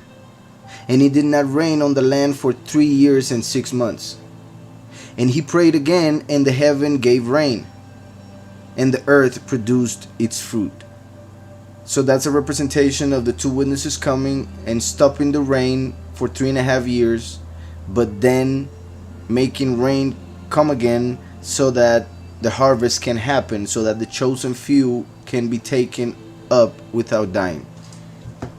And as you guys know, the story of the Exodus, the plague of the water turning to blood, so I don't think it's necessary to go and read it, which goes along with this verse that says, and they have power over waters to turn them to blood, and to strike the earth with all plagues as often as they desire. So 10 main plagues that are already mentioned in scriptures during the seals and the trumpets. But as he said there, Yahweh will allow them to do as they desire. They will have power, just like Messiah had power to heal whoever he desired. The two witnesses will have power to strike the earth with as many plagues as they desire. But those plagues would be different. Either we could say that they will only fulfill the 10 plagues that are already written, and those are the ones that they desire to strike the earth with. We could also interpret that as saying that other than the 10 main plagues that are already prophesied, they will do other things wherever they may be at, wherever they go, or wherever they are rejected. But those things that they would do would not be worldwide. They wouldn't affect everybody in the world, or at least a great part of the world, as the 10 plagues will. All right, so it says, verse 7, when they finish their testimony, meaning their doctrine, when they finish doing what Yahweh sent them to do, teach and prophesy the plagues and all of that, when they finish their testimony, the beast that ascends out of the bottomless pit will make war against them. That beast that ascends out of the bottomless pit is Azazel, Abaddon, Apollyon, as we saw in Revelation 9. In Revelation 9, during the 5th trumpet, the Abaddon will come out of the bottomless pit, and that entity will influence the world leaders and the preachers and all of that, in order for them to reject the two witnesses and eventually kill them. The beast that ascends out of the bottomless pit, this beast will give power pretty much to the first beast of Revelation 13, as in pretty much possessing him to do everything that he does. But then in Revelation 13 we see that an image is made for the beast, the image of the beast, and that is so that that beast, Abaddon, Apollyon, may enter the image, his own body, instead of having to use somebody else's. So the image of the beast is a body made for the beast of the bottomless pit, for Azazel. Before he can enter that body and appear on this earth as Christ, he will kill the two witnesses. For as it is written in Thessalonians, Mikhail has to be taken out of the way in order for the son of perdition to be able to manifest on this earth. So before the son of perdition, the abomination of desolation, the Antichrist, appears on this earth, the beast will have to kill the two witnesses. So that shows also that the two witnesses must appear during the first 3.5 years, not afterwards. For the false Messiah will appear once they are killed. So, when they finish their testimony, the beast that ascends out of the bottomless pit will make war against them, overcome them, and kill them. So just like it happened with the Messiah, even though the two witnesses had all that power and whoever wanted to kill them will be killed and all of that, they have to die in order for everything to be fulfilled, just like Messiah had to die for us to be forgiven. So since they have to die and the beast needs to be destroyed eventually and condemned eternally, then the beast is allowed to kill the two witnesses. So it says, we'll make war against them, overcome them, and kill them. We see also in Daniel that the little horn being possessed by this beast, being possessed by Abaddon, the little horn will fight against the prince of the covenant. What prince of the covenant? He who confirms the covenant. Who is that? Mikhail, the Malach of the covenant, according to Malachi 3. So in Daniel we see the prince of the covenant. We see a prince who confirms a covenant. We see Mikhail called the great prince. And in Malachi we see the Malach of the covenant, meaning Mikhail, the Malach, is the great prince who confirms the covenant. What covenant? The one that Yahushua made through his blood. So, and their dead bodies, well, when they finish their testimony, the beast that ascends out of the bottomless pit will make war against them, overcome them, and kill them. And their dead bodies will lie in the street of the great city, which spiritually is called Sodom and Egypt. We read throughout the prophets that Jerusalem is compared to Sodom. And since the two witnesses are appearing on this world as Moshe and Eliyahu, yet they will be killed there, rejected there in Jerusalem, then Jerusalem and the people there are as Egyptians spiritually, and well, some of them even physically. So, and their bodies will lie in the street of the great city. So they will be left on the street because of the hate that people will have towards them. And their bodies will lie on the street of the great city, which spiritually is called Sodom and Egypt. The two witnesses come as Moshe and Aaron, that's why Egypt. And the Son of Man comes as in the days of Lot, that's why Sodom. And also, as we know, in Israel, they have the biggest pride, well, homosexual parade, the biggest in the world. And as you know, Sodom is directly connected to homosexuality, so much so that sodomites is the term used for homosexuals. So spiritually it's called Sodom and Egypt, where also our sovereign was sacrificed. Our sovereign is Yahushua HaMashiach. Yahushua was killed in Jerusalem. So Jerusalem spiritually right now is Sodom and Egypt. So the two witnesses will be killed there, but it doesn't say anywhere that they will have to only be there. So this seems to show that the two witnesses will eventually be taken there to be killed there, for it is also written that a prophet cannot be killed outside of Jerusalem, in the sense that Jerusalem kills all the prophets that are sent to her. So the Almighty will bring the two prophets there, but they will kill them, for they will hate them and reject them and leave their bodies on the street.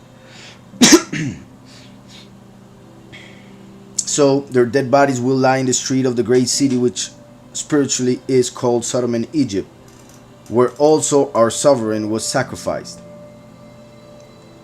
Then those from the peoples, tribes, tongues, and nations, so everybody on the four corners of the earth, peoples, tribes, tongues, and nations.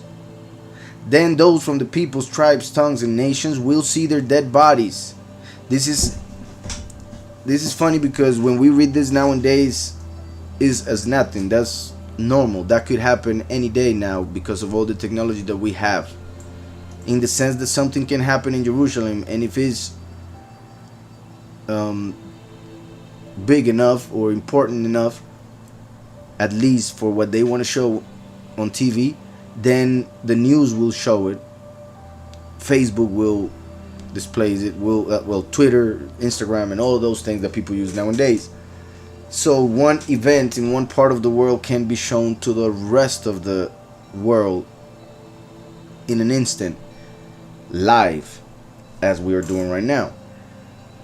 So Back in the day, that was not possible. So to say that everybody would see something like this was like, how will that happen? Through magic, through sorcery? How will everybody know and see them? Yet now we are in the perfect time for this to be fulfilled. My point is that Yahuhanan could not understand or know, or anybody who heard him, how this would manifest. Those from the peoples, the tribes, tongues, and nations will see their dead bodies 3.5 days and not allow their dead bodies to be put into graves. So just as Mashiach was in the grave for 3 days and 3 nights, now the 2 witnesses will also be in Sheol, but their bodies won't be placed in a grave. And actually, if they go through Sheol, is just to show, like Messiah, that they finished what they had to fulfill. However, the fact that they are not buried is connected to the fact that they have the keys of Sheol and death through Messiah, Yahushua. So is as if they didn't go anywhere, for they will be resurrected 3.5 days later.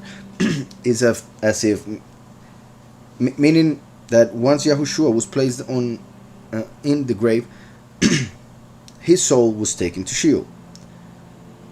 But that was to show everybody that he won and to take the keys away from the enemy. So now the 2 witnesses won't be put in graves, for people hate them. They will leave their bodies on the ground to show what happened to them, to record them, to take pictures, to laugh, to mock them, not knowing that they will resurrect later on, even though it is written. So that's how crazy it will be. For as Yahushua said, he would come as a thief in the night. So everything will happen and people won't see it happen, even though everybody will see it. Meaning everybody will see it, but nobody will understand what they are seeing. For instance, when they claim that they killed Bin Laden, the United States made a huge party. Like everybody was celebrating everywhere. People were coming out. The news were showing it. Everybody was celebrating the death of this person called a terrorist. Even though the United States trained him and gave him a lot of money to do everything that he did. So my point in with this example is that just as people celebrated with his death, that was actually, that and other times that has happened, a little of what will happen worldwide when the 2 witnesses are killed. For they won't be killed for loving the scriptures or loving Yahweh, even though, well, they will be killed for it, but they won't claim that. They will tell through the news that they are this and that they are evil for whatever reason that they will invent, just like they did with Yahushua, claiming things that he didn't say, twisting his words. With the 2 witnesses, they will make up things regarding them. Nowadays, there is something called deep fake, which anybody can do easily, which is to put a face, like you can put your face on the face of an actor, and then you can have your favorite movie with you as the main actor, and that can be done easily nowadays. So we have no idea what they, who are in power and have the best technology, can do if they want. They can make a video and put anybody doing anything. So I cannot imagine what they will blame the 2 witnesses for, but they have the means to do it, and they will do it to the point that the whole world will hate them, perhaps as terrorists or something else. But when they are killed, the whole world will celebrate, just as it has celebrated the death of other people in the past, whether they were evil or not, that's another point. They will see the two witnesses as evil. That's the point. So, then those from the peoples, tribes, tongues, and nations will see their dead bodies 3.5 days, and not allow their dead bodies to be put into graves. Because to put somebody in a grave is a way of respecting that person, giving honor to that person, helping that person. And it represents sowing a seed so that a tree may grow and give fruit. So not putting them into graves is to disrespect them, and spiritually is as if they wouldn't be able to give fruit if they remain so. So, verse 10, and those who dwell on the earth will rejoice over them, make merry, and send gifts to one another, because these two prophets tormented those who dwell on the earth. So they will rejoice so much that they will even give gifts to one another, which most likely will happen. I mean, there are two ways in which this could happen, and even both could happen at the same time. One is that they may make that day a holiday, as they call them. Since they hated two witnesses so much, they will think that by killing the two witnesses they will have peace on this earth. They will think that the two witnesses were actually the Antichrist and the false prophet. Those who have a little bit of knowledge of scriptures and the end times and everything. So when they kill the two witnesses, the world will think that they actually will be better than ever. They will think that the plagues will stop. They will think a bunch of things that won't happen. So that's why it is also written, when they say peace and safety, then sudden destruction will come upon them. That verse also taken out of context, misunderstood in Christianity, sadly, but that has to do with the moment in which the world will celebrate, for they will think that they have destroyed the Antichrist and the false prophet. They will think that they have won and the end times have passed. And I mean those who have some knowledge of scriptures according to Christianity.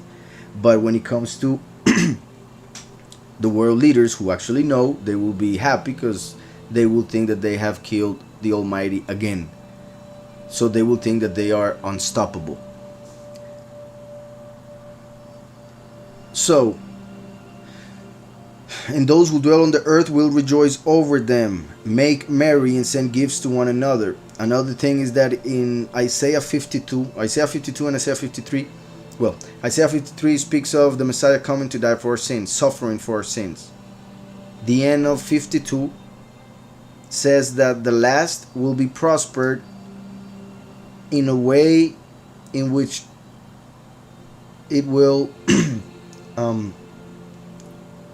cause everybody to marvel. Everybody will be astonished by how the last will be prospered by the Almighty Creator.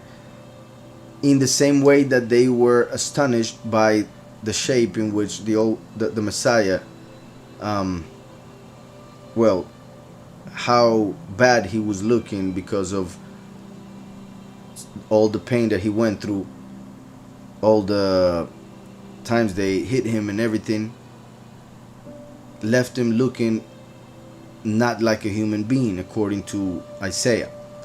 So just like people were astonished looking at Messiah, for he did not look like a human, how hurt he was, so they will be astonished looking how the Almighty will raise Messiah all the way up. And it could be taken as during the manifestation of the two witnesses, the Almighty may prosper the witness like Moshe in order for him to be able to reach the whole world. But when they kill him, they will take everything from him and give it like amongst them, just like the Romans did when they killed Messiah. And they divided his garments. In this case, they would kill the witness like Moshe, the last, and they will divide his possessions amongst them. So that would be also, that could be a fulfillment of they would send gifts to one another. we see that the little horn will do something that nobody has done before him when it comes to those world leaders. He will give a bunch of things to those who follow him, and that could be part of it. Gifts that he will send those who helped him to kill the two witnesses, because they will have to be captured, taken here and there, judged, in prison for 10 days, and then they have to be killed. As I have said, the two witnesses will be killed on Yom Kippur. When Yahushua came, he died on Pesach. Fulfill Matzot as being put in the grave without sin, without leavened bread. Without as unleavened bread. Then he was resurrected, and he went up to the Father as Bikurim, the first fruits. And then he brought the Ruach HaKodesh on Shavuot. So he fulfilled the first 4 feasts. And even when he was going to be killed, Pilate brought Barabbas and Yahushua. Barabbas means in Aramaic, son of the Father. So the son of the Father and the son of the Father, as the 2 male goats that were brought according to Leviticus 16 during Yom Kippur. So even though Yahushua fulfilled physically, literally in the day, Pesach, he fulfilled spiritually Yom Kippur. He fulfilled the part of the male goat. For there were 2 male goats. One was sacrificed for Yahweh, the other one was left alive and sent to the desert for Azazel, Apollyon, the beast that comes out of the bottomless pit. Barabbas represented Azazel. He was left free. And Yahushua was sacrificed for Yahweh. So the first part of Yom Kippur was fulfilled already 2,000 years ago with the 2 male goats. But in Leviticus 16 we see that there are 2 other animals that were brought in Yom Kippur. An ox and a ram. The ox was killed, and his blood would be mixed with the blood of the male goat sacrificed for Yahweh. So the blood of the ox and the blood of the male goat were mixed into one blood, and that was the blood used for the forgiveness of sins. One for the forgiveness of the priest and his family, the other one for the forgiveness of the people.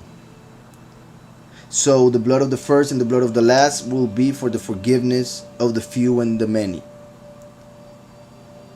And the ram was brought as an offering to the Almighty above what was brought for the forgiveness, so as a gift. So the ox was the animal that represented Ephraim, Yosef, according to Deuteronomy and other parts. So the ox of Yom Kippur represents he who would come from Yosef, meaning the second coming, the witness like Moshe. And the ram represents Eliyahu, as in other parts of scriptures.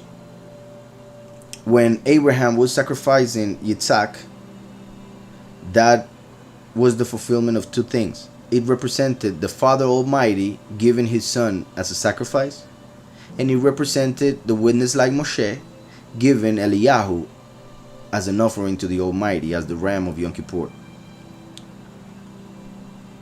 So Abraham and Yitzhak as the father and Yahushua, or as the witness like Moshe and the witness like Eliyahu.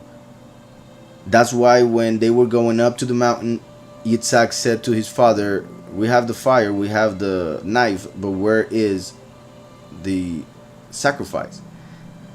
Abraham said, "Yahweh will provide a lamb." A lamb. That was a prophecy that Yahushua, the Lamb of Yahweh, would appear and die for our sins. That would be the sacrifice. But even in that time, when he was about to kill Yitzhak, Yahweh called him, and when he turned, he saw a ram stuck, and he brought him and sacrificed him. So he said Yahweh will provide a lamb, but then a ram appears, and that is the one sacrificed. So the ram represents Eliyahu, the lamb represents Yahushua. Hope that's clear.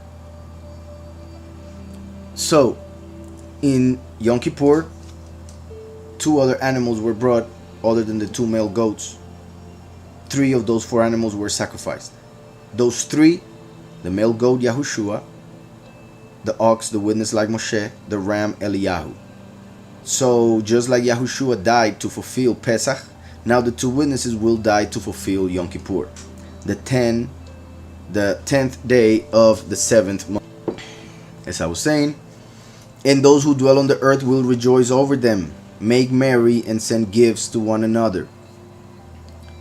Most likely they will turn it into a holiday, and most likely they will divide whatever possessions the 2 witnesses had till that point, just like they divided Yahushua's garments amongst them.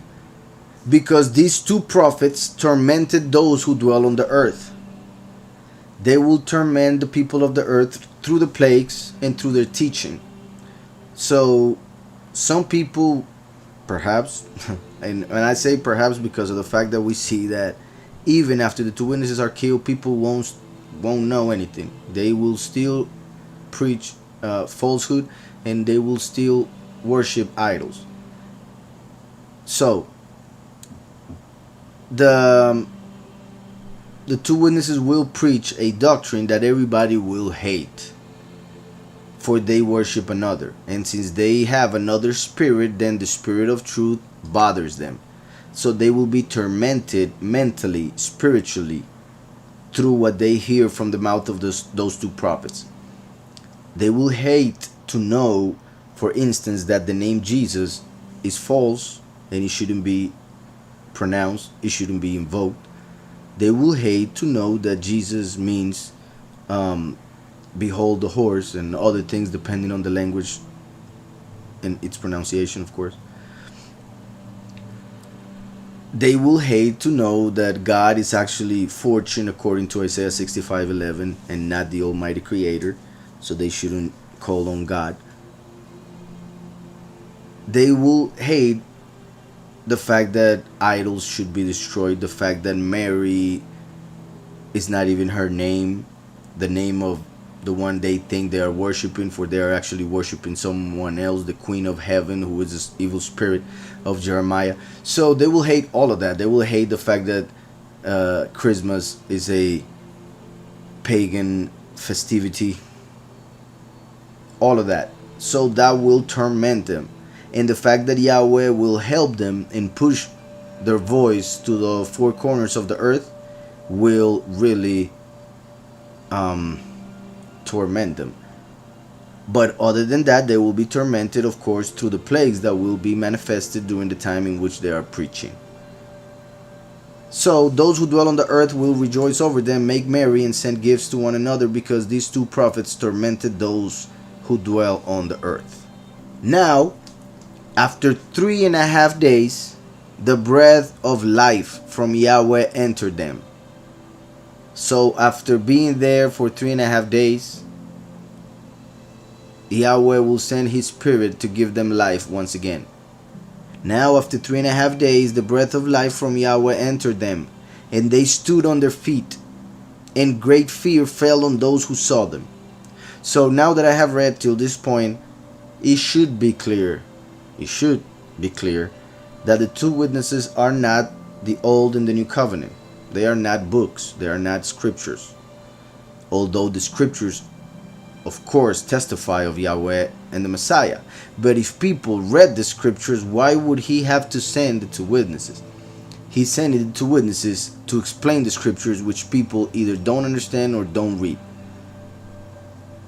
They are not 2 groups of people, for they are killed. They are left on the ground, and then they are resurrected. And they have 2 bodies, not hundreds, not thousands. Now, after 3.5 days, the breath of life from Yahweh entered them, and they stood on their feet, and great fear fell on those who saw them. So there will be some who will see them, although it won't be televised to the whole world. That part they won't show, of course. They will show when they are hurt and not breathing.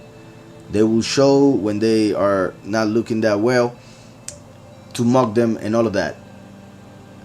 But when they resurrect, they will close everything down for nobody to see. They will claim they already smell bad, so they had to get rid of the bodies. They will claim that they decided to take the bodies away for the good, for the health of everybody, most likely COVID and all of that. So this will be seen only by a few, not by the whole world, and those few will be their enemies, their main enemies. So they will hide the fact that they resurrected, just like the Pharisees. When they realized, when they were told that Yahushua resurrected, they gave money to the guards and told them to say a lie. Go and tell everybody that the disciples stole their body while you were asleep. So something similar will happen this time. After 3.5 days, the breath of life from Yahweh entered them, and they stood on their feet, and great fear fell on those who saw them. And they heard a loud voice from heaven saying to them, "Come up here." And they ascended to heaven in a cloud.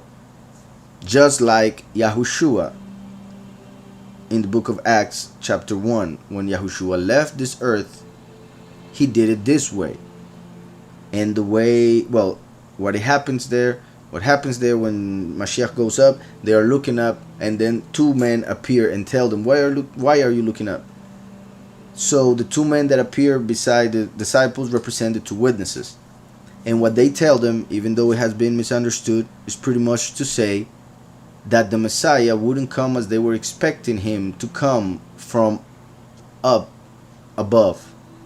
He would come physically, yes, but not from up above.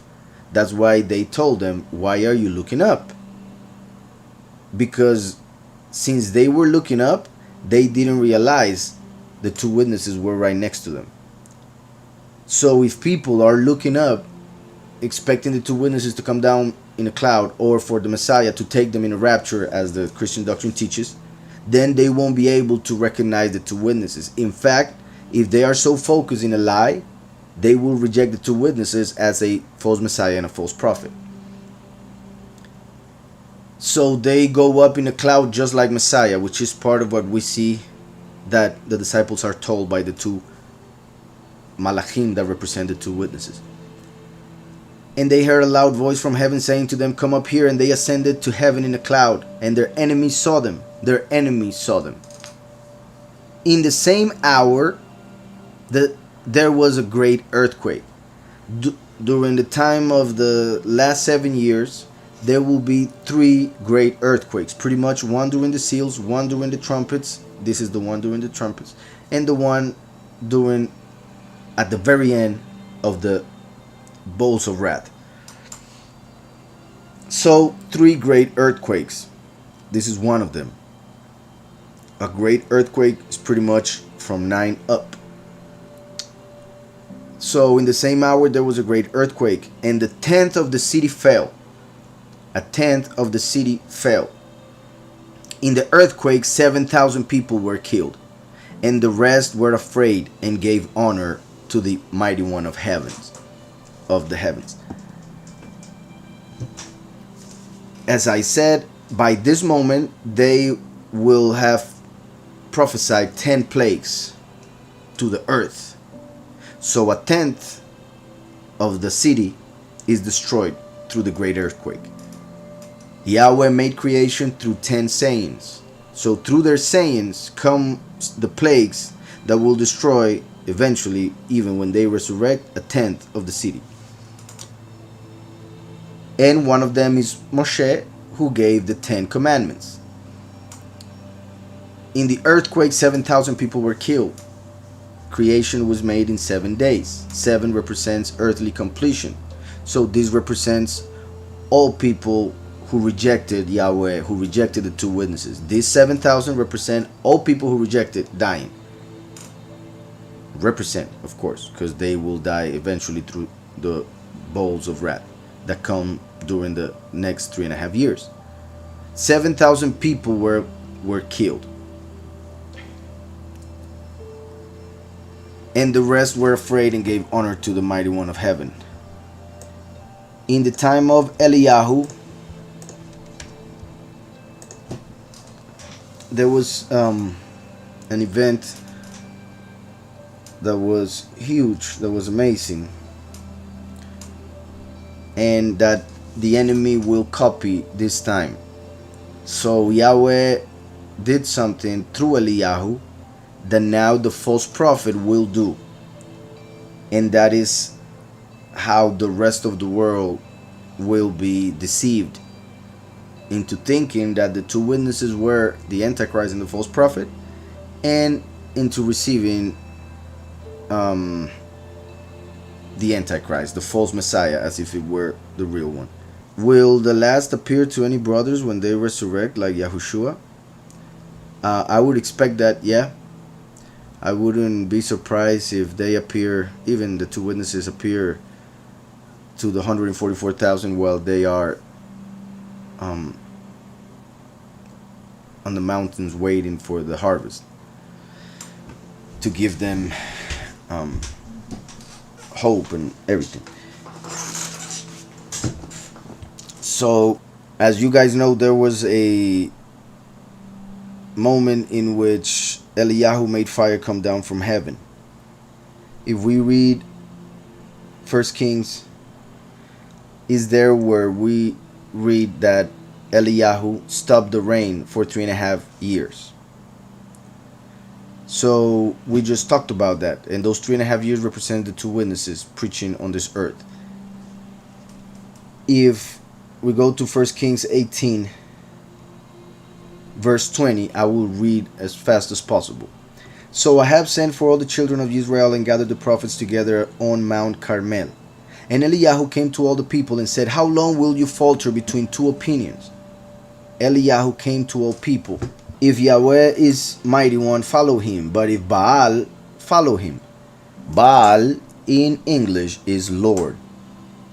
That's the translation. So that's why we shouldn't call the Almighty Lord, for Lord is a name of Satan. So I will read it with the translation. How long will you falter between two opinions? If Yahweh is mighty one, follow him. But if the Lord, follow him. If the Lord is the Almighty, then follow him. But he's not. He's actually Satan, Baal. We should follow the true mighty one who made all creation, Yahweh, he who causes to exist, meaning of the name Yahweh. So, how long will you falter between two opinions? If Yahweh is the Almighty, follow him. But if the Lord, follow him. But the people answer him not a word. This event, I repeat, was done through Eliyahu, and it was a huge event that converted a bunch of people to the truth. Well, to the true mighty one, and to truth in general. That is why the enemy will use this event in the end times, will copy it, turn it around on Eliyahu. And that's how everybody will turn their backs on the two witnesses and towards, their face towards the false prophet and the beast and the false Messiah. So, but the people answered him not a word. Then Eliyahu said to the people, I alone am left, a prophet of Yahweh, but the Lord's prophets are 450 men. So Eliyahu is saying, I am the only prophet of Yahweh left. That is to show that when the two witnesses appear, they will have their, according to the rest of the world, that will be a new doctrine, their own doctrine, unlike any other. For they will actually be the only ones who will be teaching the true doctrine.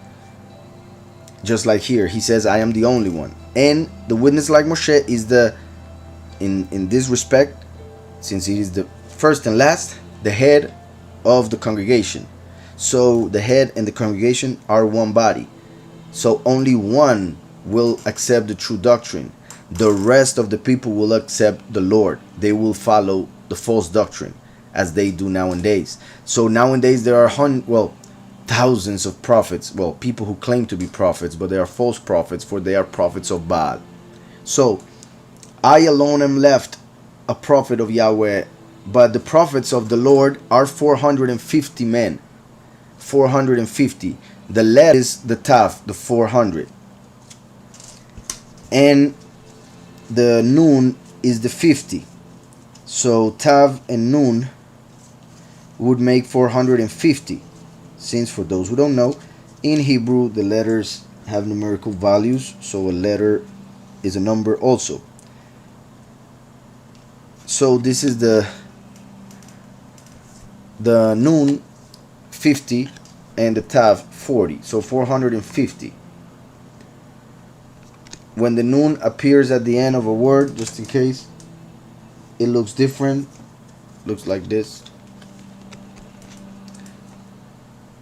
So that would be Tan, as in Yahunatan, or not. But 450, the 400 is the last letter of the alphabet, so it represents the end of times. So this is a sign, a shadow of the end of times. 400 at the end. The Nun is actually the name of a son of Ephraim from whom came Yahushua, known as Joshua. Joshua ben Nun. Yahushua ben Nun. Yahushua, son of Nun. The Nun is a seed, is somebody who is fallen, is also a fish. So it represents the last who comes as a seed, who has fallen to this earth as the prodigal son, coming from Yosef, Ephraim, Nun, to fulfill the last Yobel, or the last Jubilee, which is the 120th, which is the one that Yahweh said to Noah. That would be the time in which everything would end. So the last will come from Nun. That is represented by the 450. In the end times, the last will come from Nun to a fallen world as a fallen one, but Yahweh will raise him up through Yahushua HaMashiach. So I hope that's clear. And also these two letters are connected to the word gift, or to give in Hebrew. There are several opinions regarding Hebrew. Some believe that the roots are made of three letters. Others believe that the roots are made up of 2 letters. I tend to see the second as the more correct one. So in that case, this would be the root of gift, the root of the verb to give. So Yahweh is giving us, through this number, a prophecy or a revelation. Like I said, in the end times, the last will come from Nun as the prodigal son, to bring fruit as the seed, as a seed, to bring the last Jubilee. That is key. So during the last Jubilee, the last will appear from Nun as the prodigal son, to give the seal, the mark. Remember that the Tav in Paleo Hebrew, in pictographic, is a cross. So it is a seal or a mark. In Ezekiel 9, Yahweh sends the Messiah to put a Tav on the foreheads of everybody that was expecting him. So in Ezekiel 9, we see the Tav as the seal of the chosen few, the name of the Father and the Son who died at the cross, which is the Tav in pictographic. So the last comes to seal the chosen few. And I don't want to continue here because I'm sure we could go for a while with only these 2 letters, these 2 numbers, what they represent. Everything that I have said already has to do with the last coming in the end times, from Nun, to seal the chosen few with the Messiah, the name of the Messiah who died on the cross on the last Jubilee as the prodigal son, etc., etc., etc. So I'm just going to leave it there.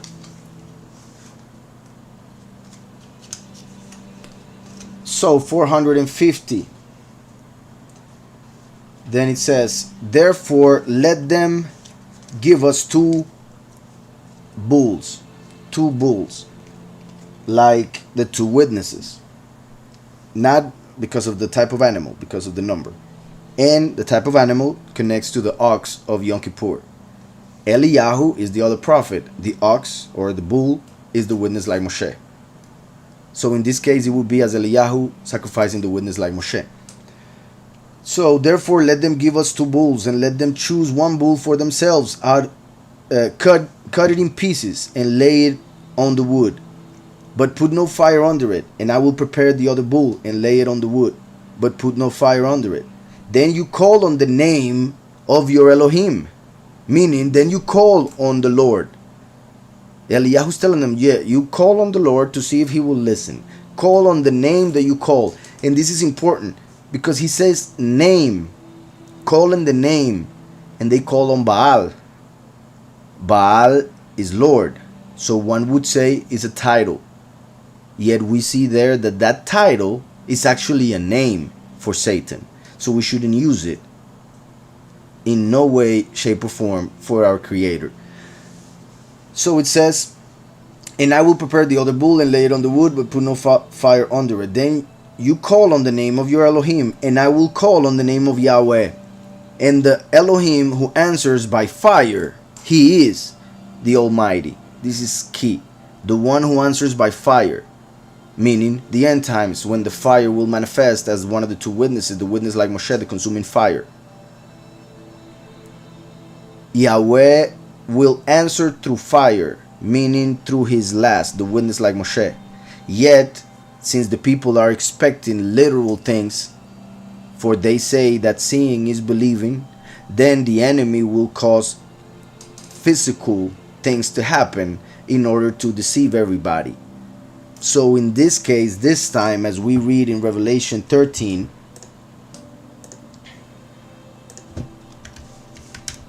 Revelation 13 says,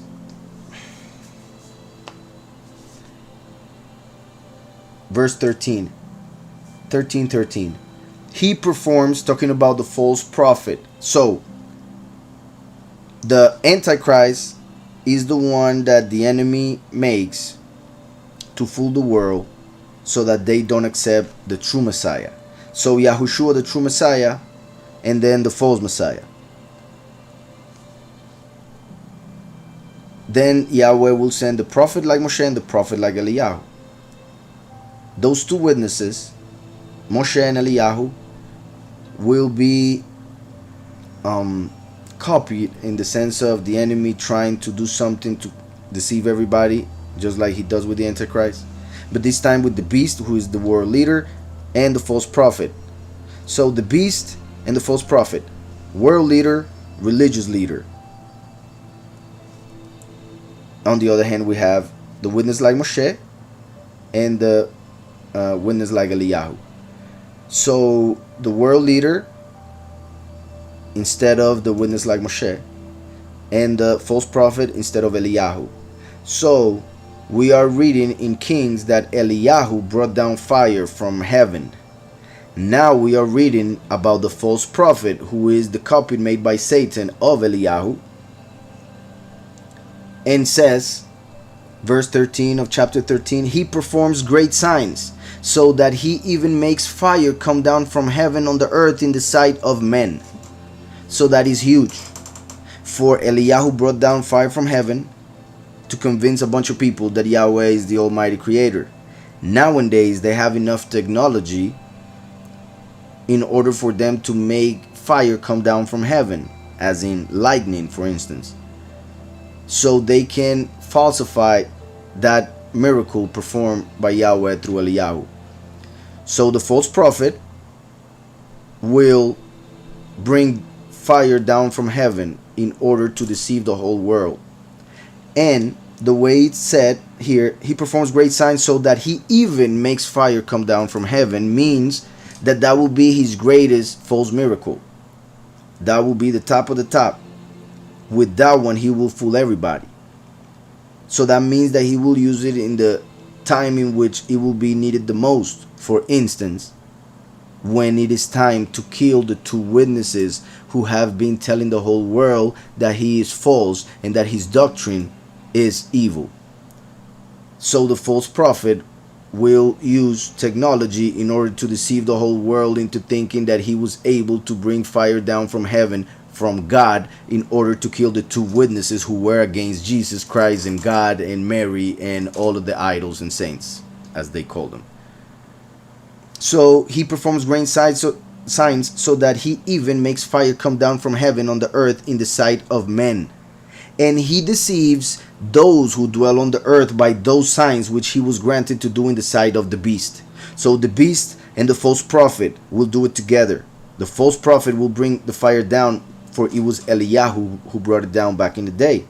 So these two will be killed by these two. So I hope that is clear. The false prophet will bring fire down from heaven. Most likely, all seems to point to him using it to kill the two witnesses. And we have even another example of that. And I'm not even done with First of Kings. And this part I won't read it because that will take forever. In Leviticus 16, when we read of the day of Yom Kippur, it all starts with after the death of the two sons of Aaron. And that happens to show us that in Yom Kippur, the two witnesses at sons of Aaron who brings the light, Aaron who is the one anointed as the Kohen Gadol, whose oil came down all the way down from his beard to his garments and all of that, as we read in scriptures. And I say that because the two sons of Aaron represent the two witnesses, or the two sons of the fresh oil of Zechariah 4. So in Leviticus we read about the two men dying, representing the two witnesses who will die in Yom Kippur. And when we go to the story in which they died, it seems it could have been in Yom Kippur because of the way it happened. They were trying to bring incense, but they used the wrong fire. They brought fire from outside. They were not supposed to bring that fire. They brought strange fire. So fire came down from heaven and took their souls away. So the two sons of Aaron, who represent the two witnesses, are mentioned in Yom Kippur, Leviticus 16, and were killed through fire coming down from heaven, for they used strange fire.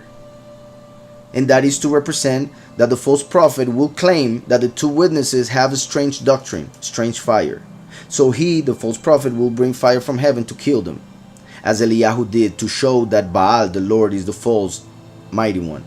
Now, the false prophet will kill the two witnesses to claim that the Lord is the true mighty one, and the world will be deceived into believing it. So when the false Messiah appears, they will accept him. I hope all of that is clear. I guess you already got the point with this story, but I also wanted to say that by the time when this happens, matter of fact, I'll read just the end.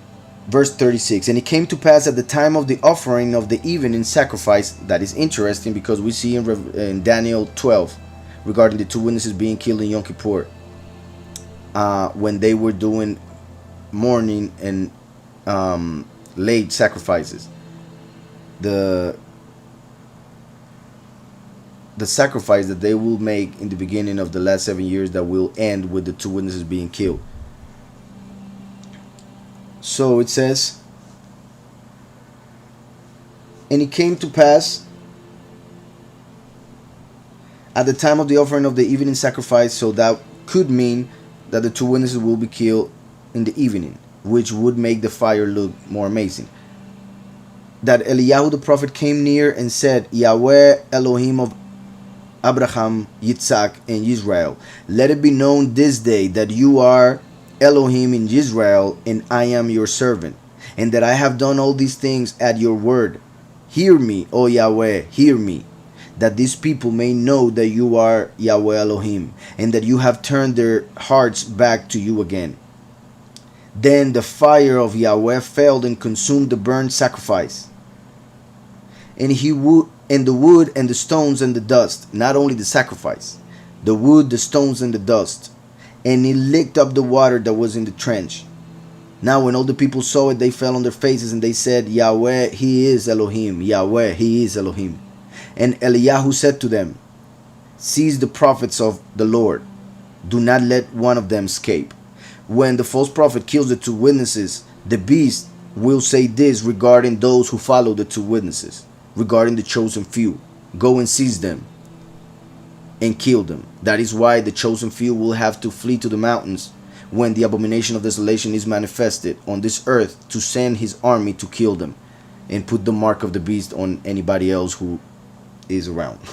So, do not let one of them escape. So they seized them, and Eliyahu brought them down to the brook Kishon and executed them there.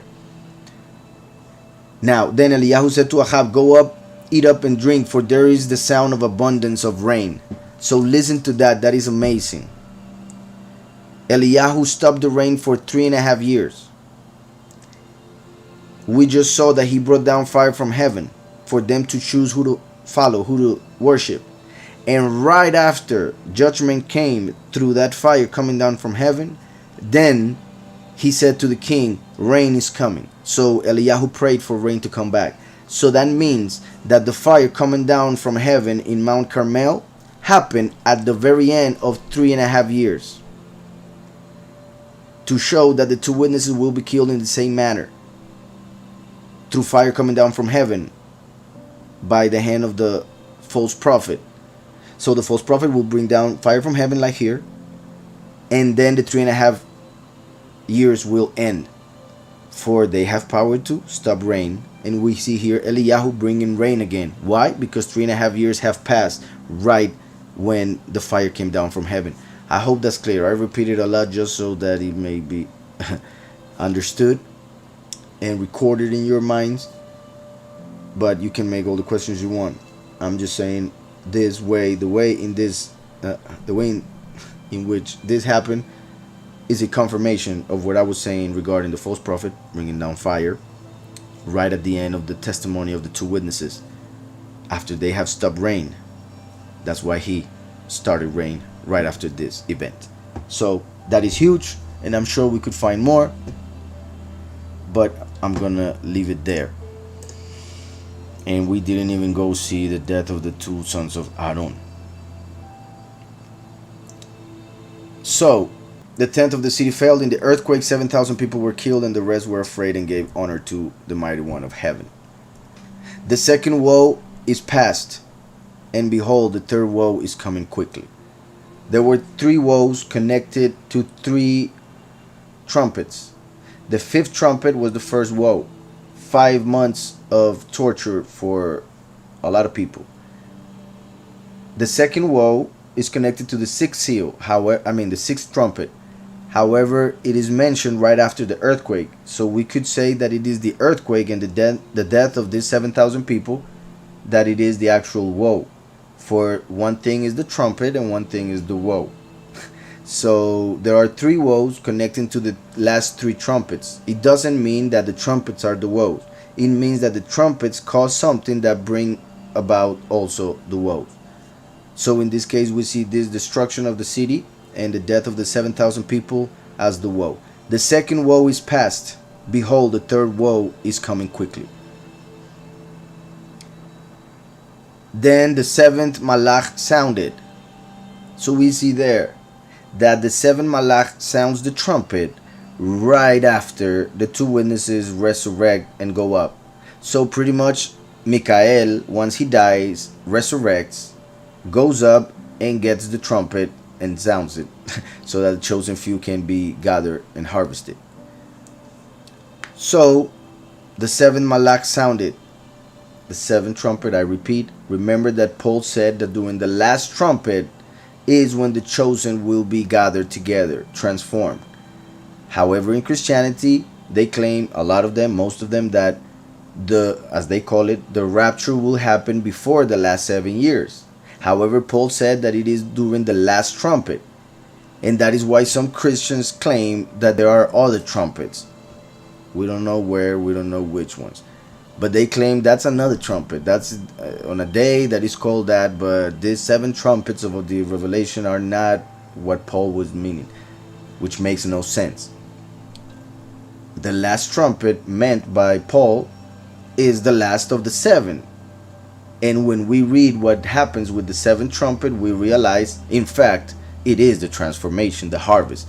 For this which starts here ends in Revelation 14. So I will explain a lot more when we get there. But this seventh trumpet is heard here. Yet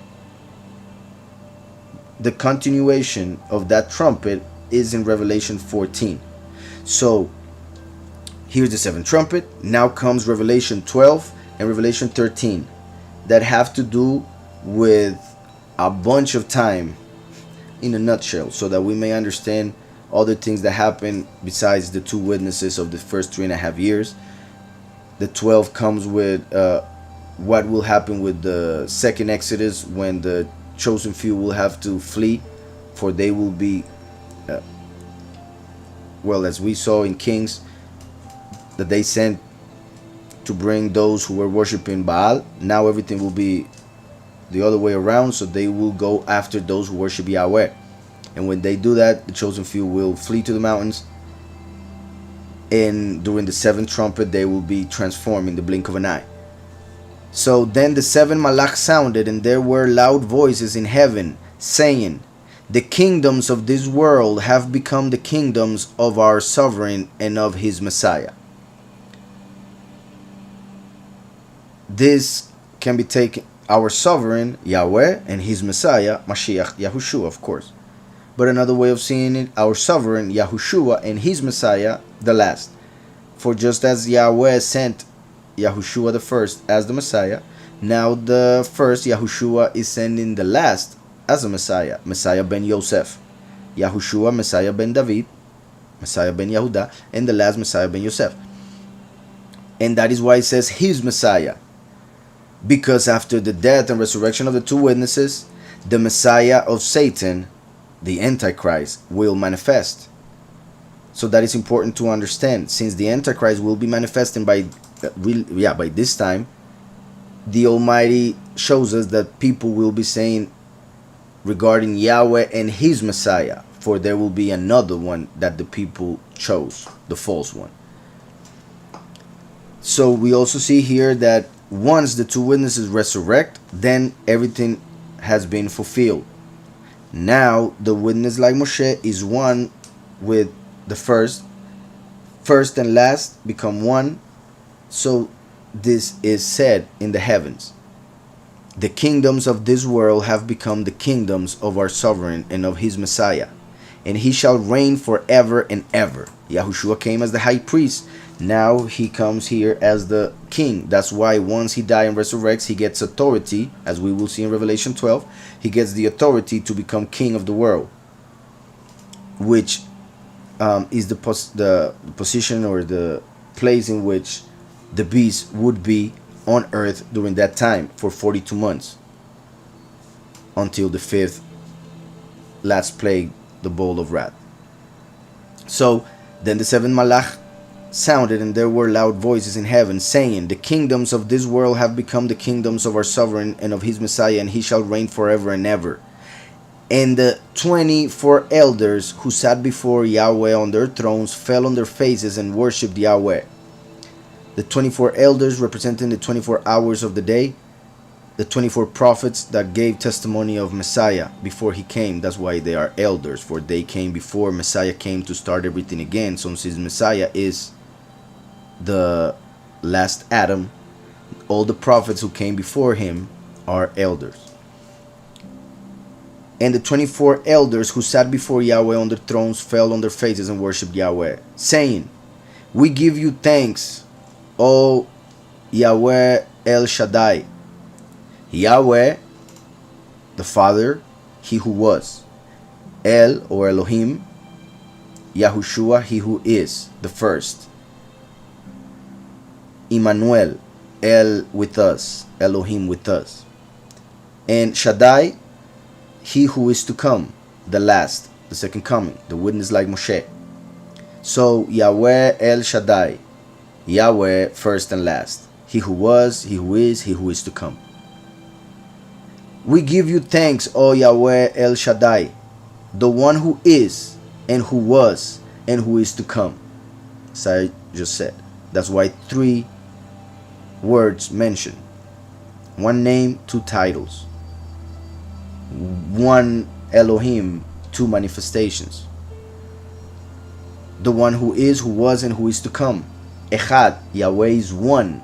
Echad, one, is formed by 3 letters that represent he who was, who is, and who is to come.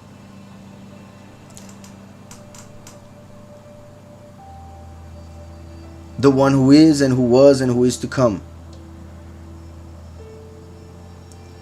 Because you have taken your great power and reign. That is amazing, because any Christian would say that this happened 2,000 years ago, yet this is being said right after his second coming. Right after the last dies and resurrects, then you have taken your great power and reign. For he came through Mashiach to forgive, to give favor, to reach us. Now he comes to establish the kingdom once and for all. The nations were angry, and your wrath has come. The nations hated the 2 witnesses, and therefore they were angry at Yahweh, as they always are, for they complain and reject him for things that they do. They blame him for what man has chosen and received as a consequence of their actions. The nations were angry, and your wrath has come. And the time of the dead, that they should be judged. Now that the first and last have come, then it's time for the dead to be judged. And that you should reward your servants, the prophets, and the Kadoshim, the set apart ones. Servants, prophets, Kadoshim, as in Yahweh El Shaddai, he who is, was, and is to come. And I said it in different order according to what is there, but I already explained. Yahweh as he who was, has always existed. Yahushua, he who is, for he resurrected, and he is at the right hand of the Father. And he who is to come is the end, the last. And at the time of the dead, that they should be judged, and that you should reward your servants, the prophets, and the set apart ones. Actually, your servants is referring to the prophets and the set apart ones. So it's as the 2 witnesses and the chosen few. Your servants, the 2 witnesses and the chosen few.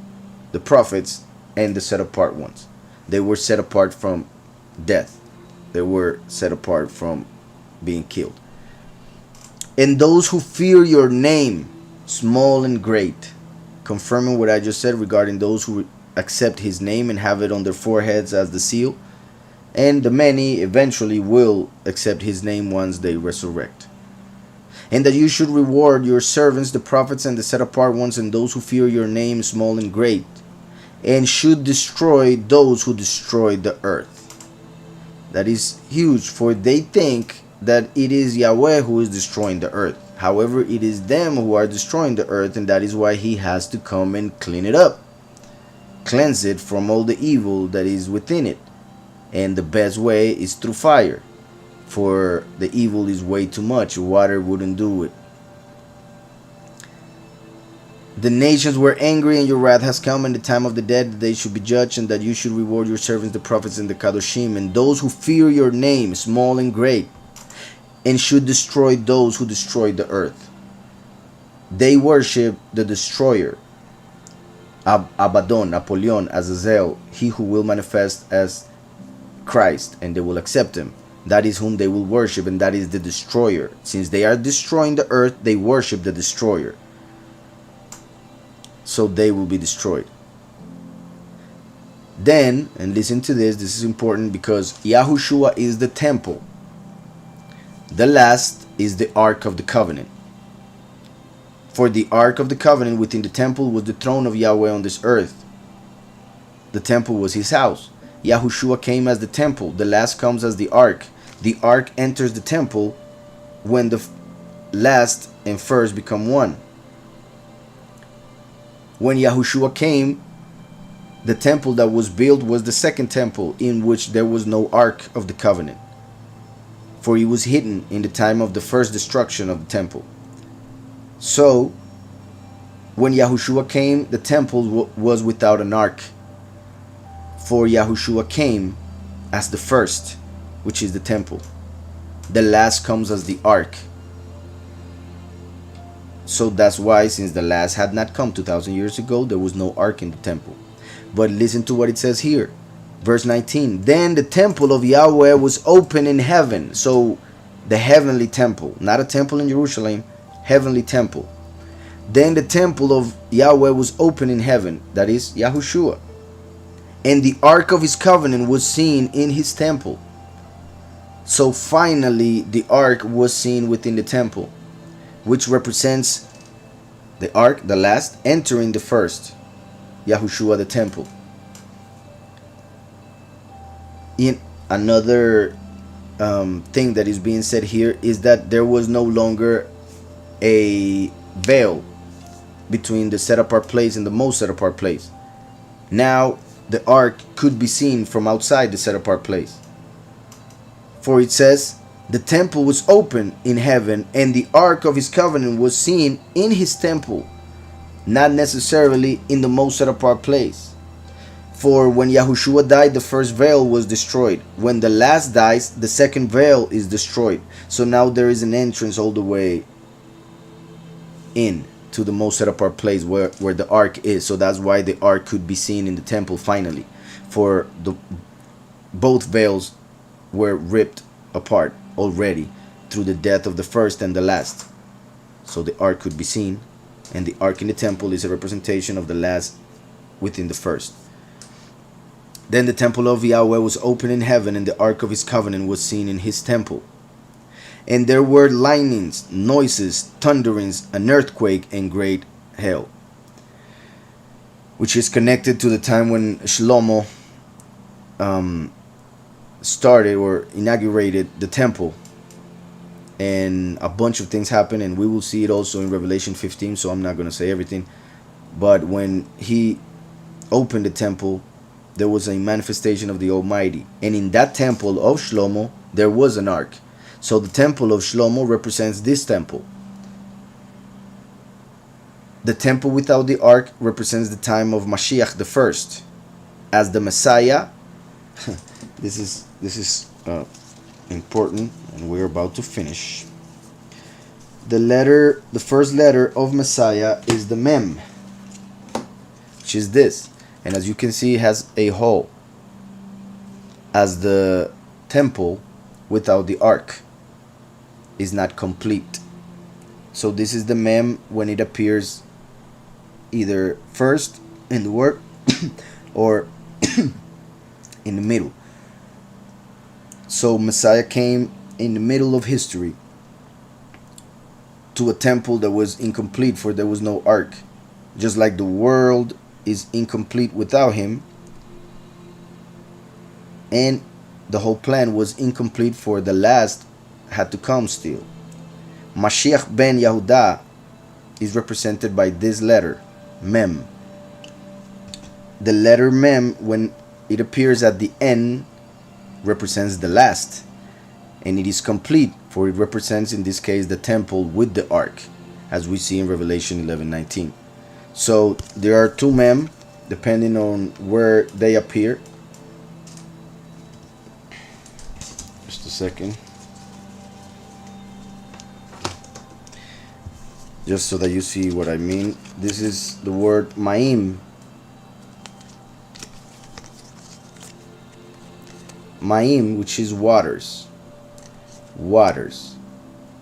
It has two mems, but they are different. For this one is first, incomplete, as the world when Messiah came 2,000 years ago, time was not complete, the temple was not complete, the plan was not complete.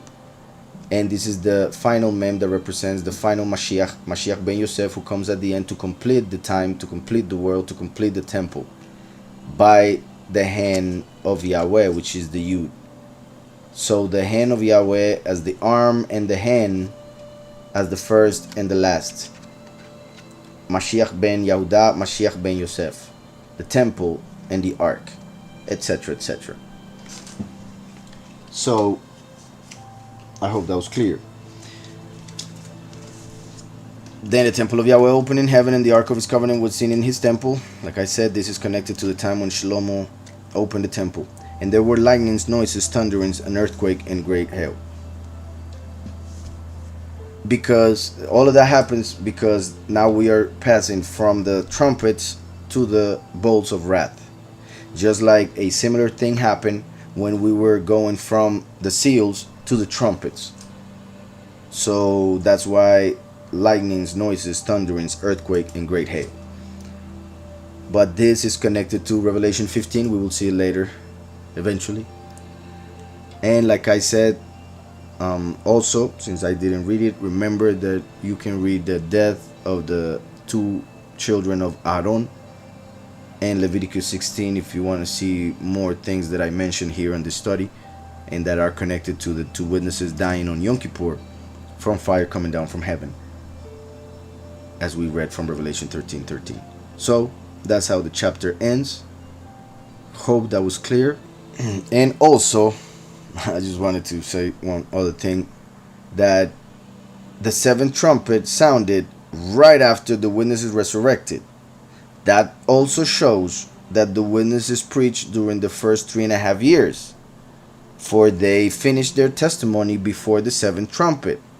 And the seventh trumpet is before the bowls of wrath, which happened during the last 3.5 years. So that confirms, or it should confirm, that the two witnesses appeared during the first half. For most people believe they appeared during the second half in Jerusalem, speaking only to Jewish people, which is not the case. So I hope that is also understood. The trumpet comes after the witnesses, and the bowls of wrath comes after the trumpet. So